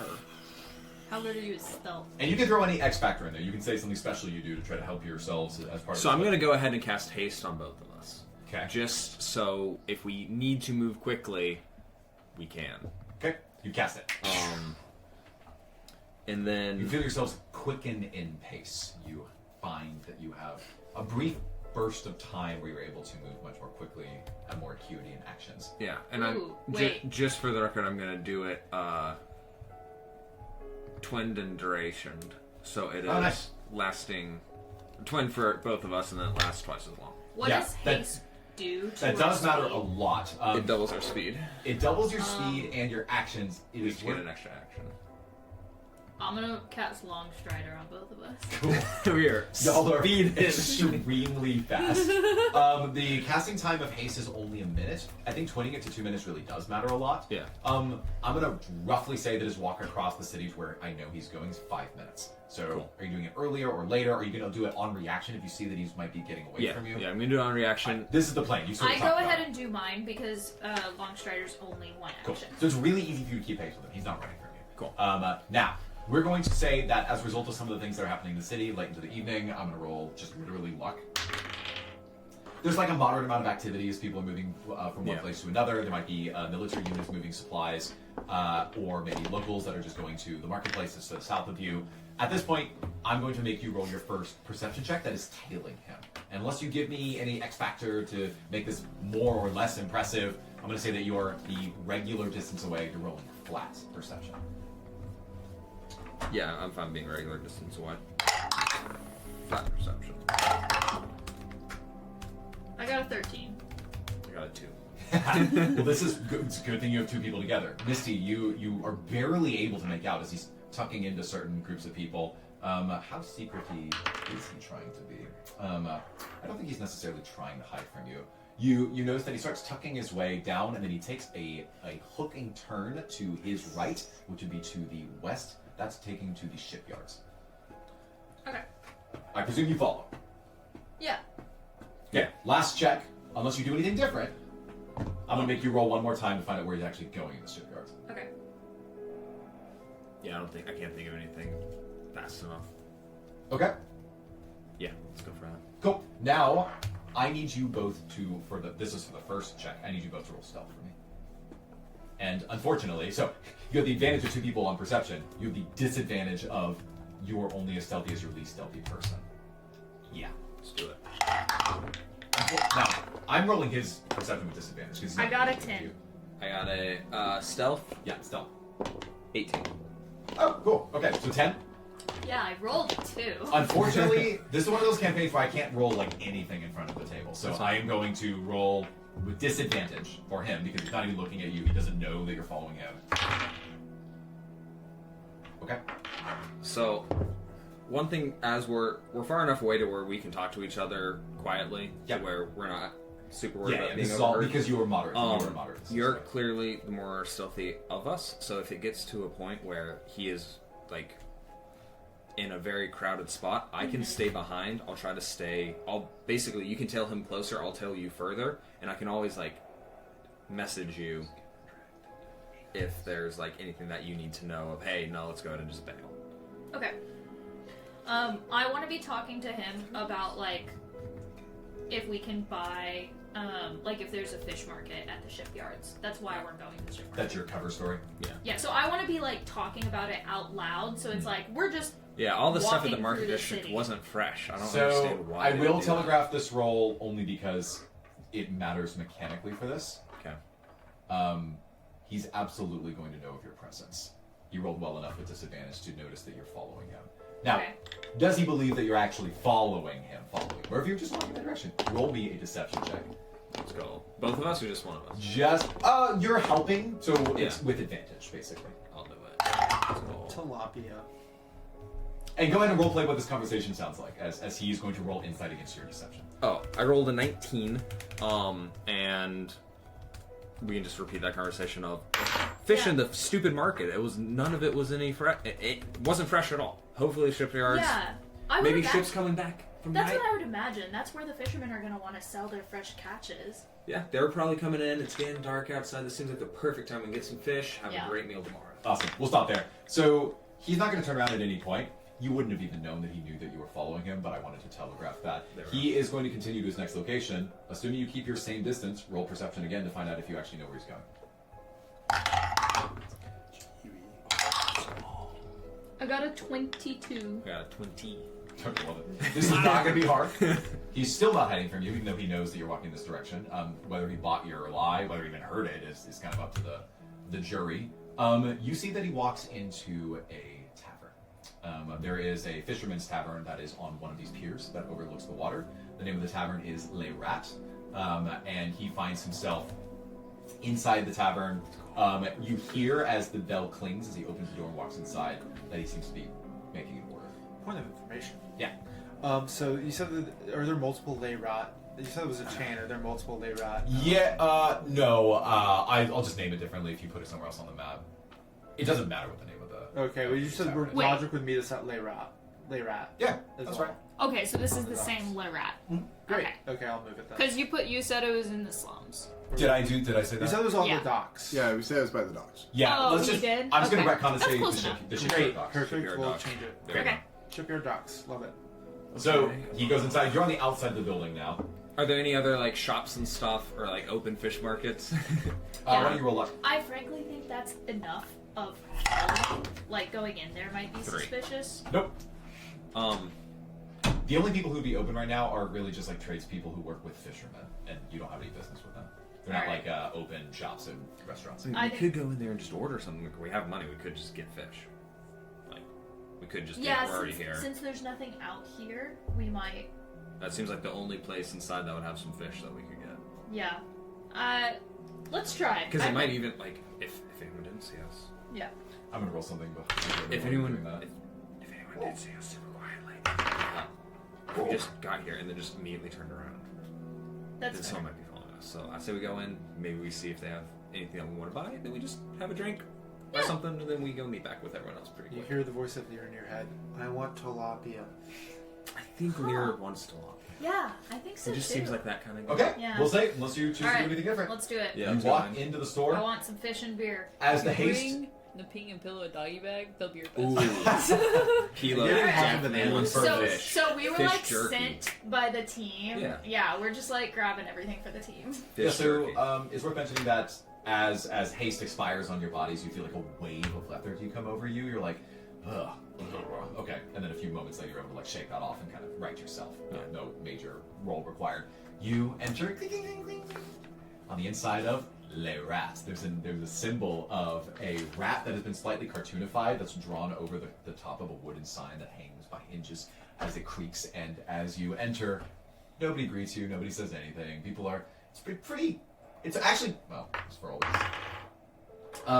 Okay, cool. I rolled an 18. It's relatively lively, but the people in this establishment aren't that talkative. You just see that they are, with pods of like 2 to 3 people. You might infer that these are people who work together on the same shipping vessels or fishing vessels, and they are simply having rumbled under their voice conversations as they're ordering drinks and talking to the bar. Tarkus has literally just ordered. He seems to be grabbing a drink off of the counter and is going to stay at the bar. So there are about 7 other people there. He's not seated next to anyone right now, but he's by himself Okay. Where do we order? from the bar directly. We'll do that. Oh. If Tarkus talks, I'll talk to him. Okay. But otherwise, let's not. Alright. So we'll go make an order for some fish, Yep. some beer. Yeah, the barkeep is some a whatever. younger, bluish-skinned male tiefling who looks you Nice. up and down and says, "Hello." He looks at you a little bit more closely. He says, "Can I get some identification, please?" Yeah, absolutely. I'm assuming we have identification. You have official army Okay, cool. like paperwork. that you Yeah, have yeah. to produce. We'll give him that. And then Flash he my Baylor student ID. and he looks back at you. He looks back at you. Says, I'm sorry, but for either of your races, you don't have clearance to drink at this establishment. You're not of age." Well, that's all right. Are you serving food? Yeah, we're really good. Immediately, you get this sense that at least a couple people at the bar are like eyeing you funny, trying to see if this is like something funny is Not about to happen, like if of they kicked out of the age. bar. Not of age. I'm going to roll I feel like for we- Tarkus silently. Okay. So the rest of you, so he gives us you're not of age, and you say, Well, that's all right. Are you serving food? yes, but normally there's a drink charge in order to be here. What's the minimum age? Well, it scales based on the race. Oh, Oh, okay. Yeah. It's interesting. I feel like a half elf would just, I don't know. Always be of age to drink. I don't know. They hold their liquor. Oh, I mean, really, we're Both just liquors looking for basically some, just gasoline, looking for some so, fresh like, fish. We have a friend straight up. loves some fish jerky. We're planning on trying to make some, and the stuff in the market's just god awful. So, you have anything like that? I know. His ears perk up a little bit, and he says, "Actually, yeah, we had a shipment that just came in today. I rolled this behind the screen. We do have a good amount of fresh fish, a little bit extra, to be honest. Well, that sounds like great news. Could we get a little bit of it? We'll be out of your hair. We're new to the city, haven't spent much time here, so... Yeah, I could get you a box, maybe a doggy bag of just some fish. You just wanted fish? Yeah, unless, do you have any other specials, anything that we need to know about? Yeah, rolling randomly. He says, we don't have anything right now that is entirely special. We have some of the basic fish that you would expect to find in this part of the world, which Nathan has not predetermined. We're not Probably thinking... some cod, some bass. Some tilapia, maybe? No. All right. Okay. Fair I enough. rolled for that too. I'm trying to guess what kind of fish would be there. All right. Well, Mitchell figures that out. He says, "All right. Well, that's going to be," and then he rings up a total that's only about 2 gold pieces. Sure. Sure. Cool. He says, Mentoring. "Okay, great, thank you." I'll just remark that during this entire time, Tarkus has not looked in your direction a single time. Okay. Sweet. Cool. All right. Well, thank you, sir, and yeah, thanks. I guess Thanks. we'll get out of here because we're out of age. Sorry. Yep. Have a good one. As you're turning to leave, you do hear Tarkus speak over his own shoulder, not looking in your direction. He's like, "I hope you like the fish. It's definitely one of my favorite parts." Oh, he's saying that to us. Mhm. Oh, Oh. good to know, sir. Thank you. Yeah, he did hear what you were saying Okay. earlier as you're walking through the city. All right. Nice. Oh well, thank you, Tarkus. We'll see you muster. Not long now. Yeah. Yeah, kid. See you at muster. He doesn't look back. Oh, Puts the he nerd on the seems counter. sad. He's all He just got broken up with. Yeah. With that, we're going to say that you're going to return to the Really rest of your invested crew. in his love life. Our final scene for today is going to be our 2 or 3, if you want to Yeah. join. Dean, Yes. Yeah, you're someone waiting. come in I'm time. glad you're around. So while they are returning from their trip to the shipyards and You Le start, Rat, I let's get the 3 of you inside of the library. You walk up into the steps. You see that they have these large, ornate, marble-clad arches that then with columns Used. going inside. Just so Rachel knows, Yeah. the librarians do hate dogs here. Oh, that is true. Like always hate. We randomly Hate rolled, dogs. and by randomly, I mean Annie did. It's all her fault. And it is Hey! a natural 1 on their affinity towards dogs. They are strictly banned. Like, strictly I think we banned. got no. an opinion. Rachel's Can't very believe conundrum. it's Tarkus, not general. You Not bad. I might You have- watch. you have to expect that not everywhere will let in a wolf, right? No. It's her emotional support wolf. Emotional support. Oh, You need to watch Critical that's Role true. season 1. It's a Trinket service, the bear. He's a service animal. I have narcolepsy. I have papers. Oh, that's oh, true. Yeah, great point. Maybe. Let's give that a luck roll. Okay. 13. You have provisions from the military to have a wolf in your barracks with you. You do not have, like, full-on, go anywhere, it. emotional support animal clearance. You're not blind. What is emotional support animal? I have. I have made my ruling. That's fair. Well, give me look, give me 10 minutes. And I'll make you something that looks like an official emotional support doctor. Do you have experience with something like that? I mean, he is in the cavalry. I can look at her permission slip Okay. as the reference point for what one would look It's like. gonna be really hard, but give it a shot. Alright. So you see as he spends about 10 minutes using this ephemeral force to kind of whip up what might be some better paperwork. That, I'm petting Pilo. I assume you said earlier, add proficiency bonus, so that's a 12. Yeah, that's correct. So you pull it out, and even with your like limited understanding or experience, you're pretty sure this is not gonna sell. Okay, I think it won't sell. Yeah. Okay. If you rolled lower, I would have said that you were confident it would. Would have been better. Pilo, he's a good boy. No one. Let's just. I'm sorry, Pilo. He can move for himself. Alright, let's get a book. I've been He's looking needing to find some a little spot new to reading. Ching, Straight to the ching, bureaucracy. ching, Okay. ching, ching. Philo is on the outside. It looks like as you walk into the library, you see roughly 40 people in the library in different wings with different kind of fawns, spans out from the center. There is 2 stories to it, so there's an upper level and a lower level with a staircase that wraps up. This building is very ornate. Once again, building something of this size and of this much quality, of this much like value in such a short period of time, being 2 years since the conquering of the people of Balavda, requires money and powerful conjuration spells. Whoever is in charge of this particular construction, someone who reports to the Empress herself probably, must care quite a lot about the preservation and sharing of knowledge. Nonetheless, there is a restricted section up in one of the upper corners, roughly making up 1/8 of the library supply. What sorts of things would we know are in the restriction section? That is a history check. Go ahead and give it for me though. I would like to beeline for the arcane section.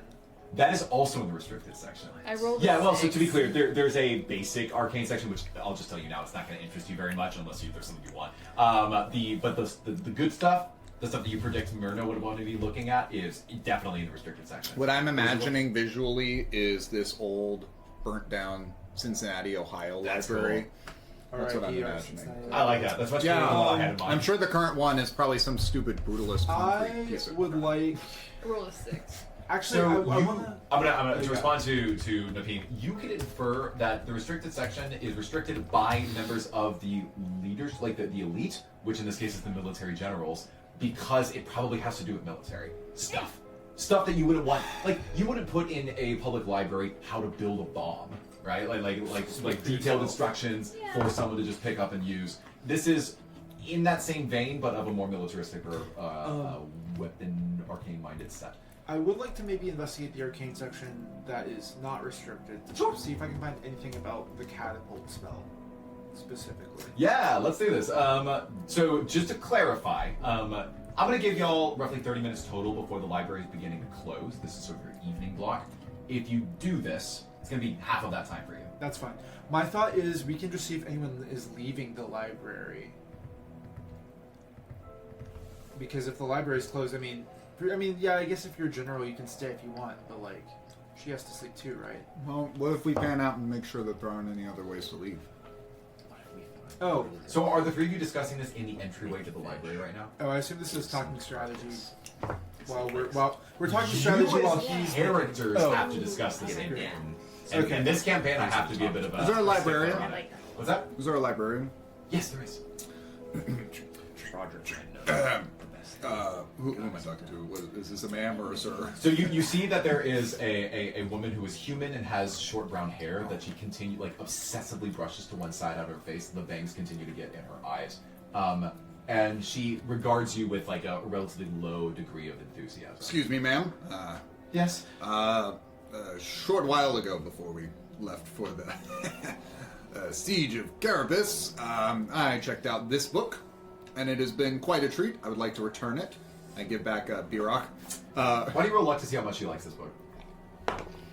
That is a 13. She says, At least someone. "Oh yes, yes, the Birok the Noble Warrior. There's a chance that we might have another one of those in stock. Were you interested in that?" Like volume 2? Yes, like that. Oh, yes, I am. That would be fantastic. Actually, the first person who ever told me about Birok,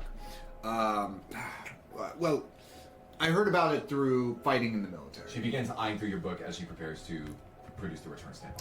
And She's distracted. I start walking towards the restricted section. Sure. Turtling her along. What is the restricted section restricted by? We'll finish this with Lamia. And- well, you may have even heard I'll join. General Tarkus on the front steps talking about certain books that we're supposed to read. A lot of the generals have strong opinions. Some of them, if I be completely frank, Yeah. are just ruby propaganda. But I don't mind that. I happen to actually like ruby propaganda. But sometimes it's nice to just read from someone who has a different opinion, just to get a different perspective. And one of the generals, Elar, she's very clever, much cleverer than I am. And she actually recommended Birok to me for the very first time. And I was wondering, have you seen her? We're gonna die. We're getting executed. I got 8 charisma and 8 intelligence. I'm just going for it. So, you might want one of these. I'm handing Mitchell another NPC card. You will label. She'll introduce herself in a moment. Sorry, do you mean like 8 charisma, like -1, or 8 like -1. +8? No, -1. Okay. Cool. As low as I could physically set it, it's 0.5. So her name is Kina, Kina. You won't learn anything else about her unless you decide to spend time with her. But as the librarian who happens to be working right now, she says, I know, but we're gonna have to kill everyone Mommy talks to. she says to you, right. We carry a lot of books that some would call propaganda. I don't know if I'm supposed to respond to that.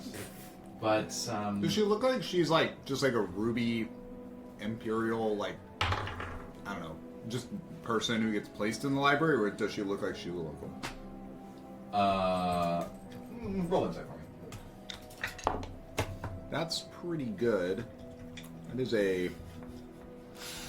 Well, I actually have proficiency. Don't worry about I that. love this character. I got you. That is a 19. Okay. You're pretty sure she's just someone in town trying to make some money. Yeah, great. Just working here on an employment basis. She thumbed through the book of yours, and she's responding to you in turn, but seems to be bored, looking down at her work, not regarding you until you make a few statements, and then she responds to those, and she says, "Yeah, I'm not sure if I'm supposed to respond to that, but sorry, you said you checked this out from this library?" I think so.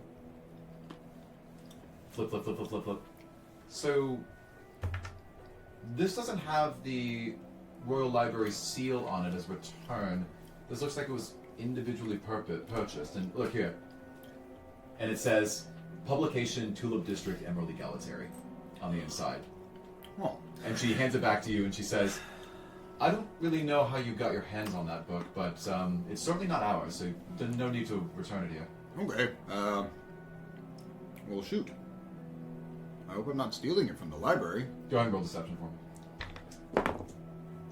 That Annie's mouth is hand is over her mouth. is a 4. We're getting killed.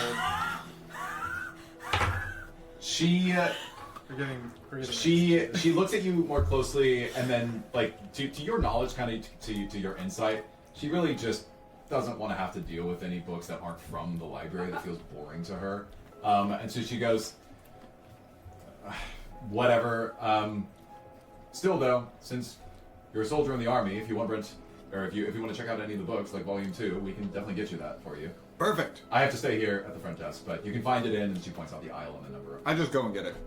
Great. I just straight up just go and get the book. Yeah. So while you're walking over to go and get the book, I love this. This is great. The two of you are going to go over to the restricted section. Right? You're going directly to the restricted section? Yeah. Cool. Are you actually settled? Yes. Okay, I have a +8. when I notice you're going, I veer off towards the fishing section. It's right next to the restricted section, alphabetically. This scene is ballooning into 3 scenes. So you... wait. I mean, I'm Nippy. like going over there. I'll Can you keep an keep eye on watch? him though. Can you keep yeah, watch? exactly. Thank I'm you. not. Oh, you're actually okay. You're leaving. primarily looking at like Yeah. the entrance, I guess. Yeah, I'm just like vaguely meandering. How well did you rolled like a 3 on your insight, right? For No, my insight was 19. your insight was 19. Yeah. Cool. I should reveal this to you then. She is really surprised to see an Emerald Egalitary book in Balavda of all places, and you think this could be a big problem. Her rank towards you is as a 3. Okay. This is Kina, the librarian at this place. And when you roll as high as a 19, this is like tolerance of 1. So she might be a 2, she might be a 4. Does that make sense? Cool. Back to the two of you. I guess back to Lear. You walk over and you notice that the restricted section has soldiers that are on guard. There is a iron gated doorway with glass, and that is the only access point in and out of the restricted section of the library. It's glass seeing in, meaning you can see a few small desks and tables and chairs. It tucks into a few back nooks you can't see, where like private study might be going on. It's where you would maybe take a book and then keep it under softer lights if it was like an older text, or maybe a magical runic scroll, and that you can't see into those from where you're standing. You can see everywhere else. There's nobody in the main area of the restricted section. 2 guards eye you as you walk up to them. They're fully armored. They are what you would, from your time in the military, immediately infer as just like colonels. They're just like relative, like not privates, but they're of relative tenure. And what do I know about the Like, is it just like purely like you have to have credentials, or like you have to like register? I don't something know if you might know this. I'm gonna roll for you for a speed. You're pretty sure that you can easily get like a restricted clearance library card if a general or a lead researcher from the military labs provides clearance for you to do so. That just having that card is enough for the guards to let you by. Great. And that, roughly speaking, 40 people in the city of Balavda, period, have access to this. And I'm not one of them. Correct. Yeah, so I'm just going to... What's the section right next to the restricted section? Fishing. Fishing. I'm going to pull out a book about fish. Well, tilapia specifically. You're basically trying to front for the fact that you were coming up to the restricted section. You're just like, I'm gonna make it look like I meant to come here. Yeah. Sure. What are you reading right now?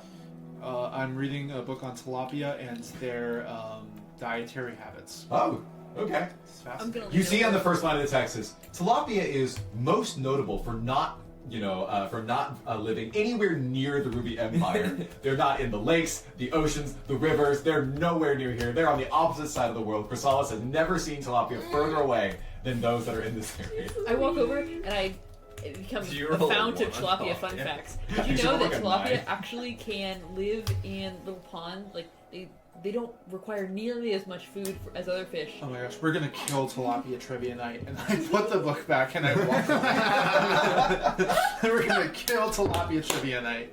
So I think that ultimately your plan was to kind of hang out until the library closed to see if Myrna, maybe somebody else, came out from the library at that point in time. Is that right? Yeah. Cool. Is there like a We like a used to hang table out or for like tilapia a? trivia night. Is there like a little like? Eeler's here, not we Myrna, just- right? Let's quiz each other on tilapia. Well, facts. anyone, as far as Oh, I'm okay. concerned. Is there like a table nearby? Easy. Yeah. Great. You got it. Yeah. So we're just gonna be tilapia trading. Yep. All right. Ask me about the range of tilapia. What is the range of tilapia? More Great. importantly, what So is the til- pound of food, like the pound of flesh to pound of food ratio for tilapia? Okay, so 1 pound of tilapia can usually feed about 2 people. 3 if they're small folk. I've read dwarves can eat more proportionally. So that's a complex question, and I don't think they'll ask it at tilapia trivia. Cool. I'm gonna let y'all continue that as you are sitting there.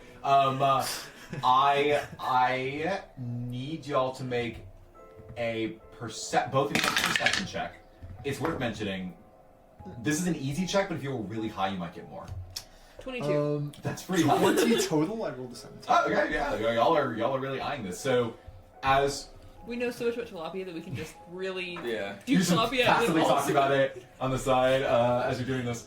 I do need, let's say, one of you to do a performance check. I have a +2 You. to performance. What do you have? You. Great. Hey, also a 20. Okay, great. So this conversation, you were able to kind of seamlessly weave as you're watching in the direction of the restricted section. I'm notably and not performing. I'm so excited about Fair tilapia. enough. Fair enough. You're Yours is a little bit performing. advantage. Lear has never eaten a tilapia, actually. You're tilapia fraud. So as this happens, like clockwork, the guards begin talking to themselves. All right, you ready to get out of here? Yeah. All right. Cool. Knock, knock. We're closing up. And you hear the shuffling of footsteps from one of the secluded private study areas. You hear the sounds of scrolls that are being sort of wrapped back up into their tube form. They're then tucked onto one of these shelves. And you hear only one person at this point in time emerge from the restricted section. It's absolutely the Elven Master of Scouts, Alar, General Alar, as she walks out from this section. She doesn't look in the direction of either of the guards, doesn't regard them, doesn't salute. She has one set of scrolls that are underneath her arm. And you see as one of them begins to stop and she says, excuse me, General, is that... And you see her flash up a card from underneath her cloak. And the guard simply stutters and he goes, oh, yes, yeah, sorry. My mistake. Have a great day. She does not respond. She continues to walk out, her silent footsteps on the marble, swiftly moving her across your 2 table, down the stairs, and out the front door. She kicked Tarkus out of the library. That's what made him sad. You have I 30 assume, seconds before she's out of the I assume I've gathered all of my Bierok volumes, correct? Is there only one additional volume of Bierok, or is there like a series? Yeah, so reportedly the author of Bierok is in the middle of writing another one. Oh my gosh. Yeah, but we don't know when it's to be released. Oh. He did a press conference in the Rose District saying that it would be a few years, perhaps, but that's because of some personal stuff that was going on. Okay. So there's only the second That's it. volume? Yeah, just the second volume. While So we're having tilapia facts, I get so excited that my face like Slams forward to the table. And I take the book up. I take the book up in my arms. I say yes, and I walk all the way back up to the librarian at the front. I'm guessing. Yeah. And I say, here it is, Volume 2. Thank you. Yeah. As you're doing that, I'm gonna just roll for some stuff. Do you have your library card, sir? You I see, have one from the Emerald Egalitarian. Apparently. you see a small boy with drow skin, so a very pale complexion, who's also at the front, and he's checking out a book.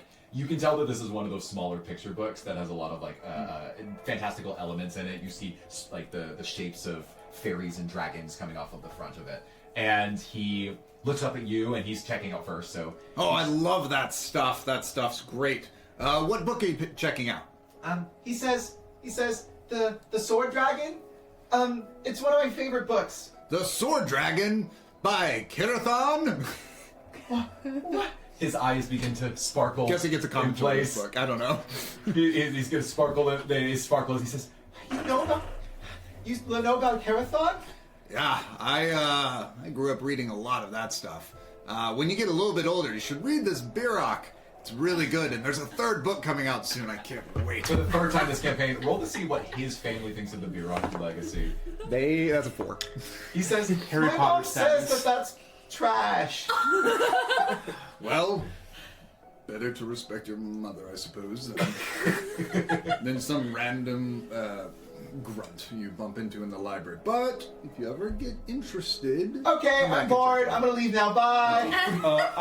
Can I try and perceive? Is there any etchings on the outside of the woke up. scroll to indicate what she might have been taking, or is it just like pretty? Crazy perception check. Well, She had him wrapped up in a tube on her under her arm. ooh, that's a 20 total. That is not That's not crazy, high. but hey, the it's most high. I'll give you is that they Maybe were just like a all word. uniform. So it looks like whatever scrolls they were all from the same template or maybe piece of paper. do I, in going up to the front desk, do I see Aylar leaving? Aylar? You will see her leaving. Yes. Cool. She does not check out with the librarian, and Kina, the librarian, doesn't even respond to her. She just sort of like, puts up like a. Hey, I heard you recommended Birok to this. Yeah. Birok fan. Kina will What does check out the book. What does she think about Birok? Kina? No, Aylar. She's walking by. Do you want me? You want to mention My it to her? average roll is like 3.5 on people liking. Do Birok. you want to ask her? Well, Otherwise, no, what I was going to say is, oh, hail, General! And I'm gonna. She Doesn't even. she doesn't react to you in any way. She's gonna walk past you in about 10 seconds. No, well. So while this is going on, I'm going to quickly find something on the catapult spell in the normal arcane section. Sure. Roll luck for me, and this will be it. We'll wrap up after this. Luck, that is a 17. Okay. You do find a few works on catapult. Some of them are actually relatively practical. Wow. It's like, well, if you manipulate the magic of catapult in such a way as to produce a force that drives towards like a central focal point on a sharper object, you can create more penetrating force than just a blunt object. And with a 17, if you check out that book and you study for a little bit, we might I'm bump the checking damage on your catapult spell. I'm checking that book out. I'm also checking out the book of Balavda. Kina, sort of with a bored expression, is willing to stamp your books and let you check them out. I'm polite, but I don't speak to her, and I don't make my association with Lami obvious at all. Got it. No offense. I kind of, with my book under my arm, I start scooting after Aylar, and I say, General, sorry, I hate to bother you. I think I have information you might care about. Lord. She, We're gonna die. I rolled for just her general patience, like her countenance, and I rolled an 18. She pauses for just we're gonna die. she pauses for like just a beat, and she gives you like a quarter turn. She's not turning around fully to face you. You see just the side of her face partially cloaked as she turns her gaze, and the side of her eye meets yours. She goes, "What is it?" I got in a scuffle earlier today, along with a couple of my comrades. It was something to do with a thief drop gone badly. Look, I even have the wound to prove it. I took 9 points of damage, so I show the wound. I think there might be an insider. There was... I don't know, they were talking and it sounded like... Roll me a really difficult persuasion check. That is a 2. A natural 1. Is it really? Yeah, really. Which means you rolled a 0. Well, it's just an L1. Oh man. I'm handing Mitchell another character card. This is General I realized Haylock. that was true. It's true. She turns to you and she says, so she fully turns to you and she says, incompetent. I have more eyes in the streets than you could possibly imagine. Don't worry about the Thieves Guild, okay? Okay. You say so. She turns and leaves. You. Give me a really difficult insight check. Sure. Wow, that Lobby's making all these rolls. This is perfect. Man, I rolled a 5, so it's a 10. Oh, it's it? Yeah. You plus 5 insight? That's pretty good. Yeah. Can you take your dice to your priest and just see if he can just a quick blessing, So please? tolerance of 3, so this is not very helpful to you. She's a 5. She's a 2. unlucky. Tolerance Just, of 3. You can also just not care. Yeah, I'm just unlucky. just double checking. You have not created a NPC of Alar. And No, I have not created the 14 new NPCs that we introduced today. just checking. I will do it though. These 5 generals were I absolutely actually already amazing. added one for her. It just doesn't have it. It just has, or I'm sorry, for Kina, and then Yeah, I'm I about to see. add So- one for Elar. The 5 of you can. To be fair, this is fantastic for the plot. I'm very excited. No, it's great. as No, a it's listener. wonderful. But Lear might be terrified. So the rest of you have a beat to go back to the safe house and like reconvene, or do you want to go straight back to your encampments where you might rest before tomorrow morning's muster? I was thinking encampments. Yeah, encampment. I don't know about the let's- fish, so encampment, but if I knew about the fish, then I would. Oh, we're here. We're here now. Yeah, you meet back together at the base of the library. Oh, okay. Yeah. They have a takeout box of a lot of fish. Good fish, big fish, no tilapia. I'm very excited. We can have some of it, but we gotta save some for something special. We'll key you guys in on it on the walk back. Oh, interesting. Okay. Now I'm curious. But we'll go ahead and wrap there as the party begins to make their way back to the safe house to reconvene and then to their encampment where they will prepare for muster the next morning. A new story has emerged. 5 generals, maybe each of them jockeying for power that might put them in position for the Emperor's spot. All of them in Balavda, 2 of them required for this grand heist of the vault in the war room. Which path will our 5 heroes take? What will happen to the generals as they begin to suss out the intentions? What is happening with Jasper the Crimson? Who is he and where is he? And perhaps most important of all, Will Lear Are- tilapia. Valeris and Myrna in fact dating? More to find out next time on Operation Bloodstone. Time to go Take to care. bed. Goodbye.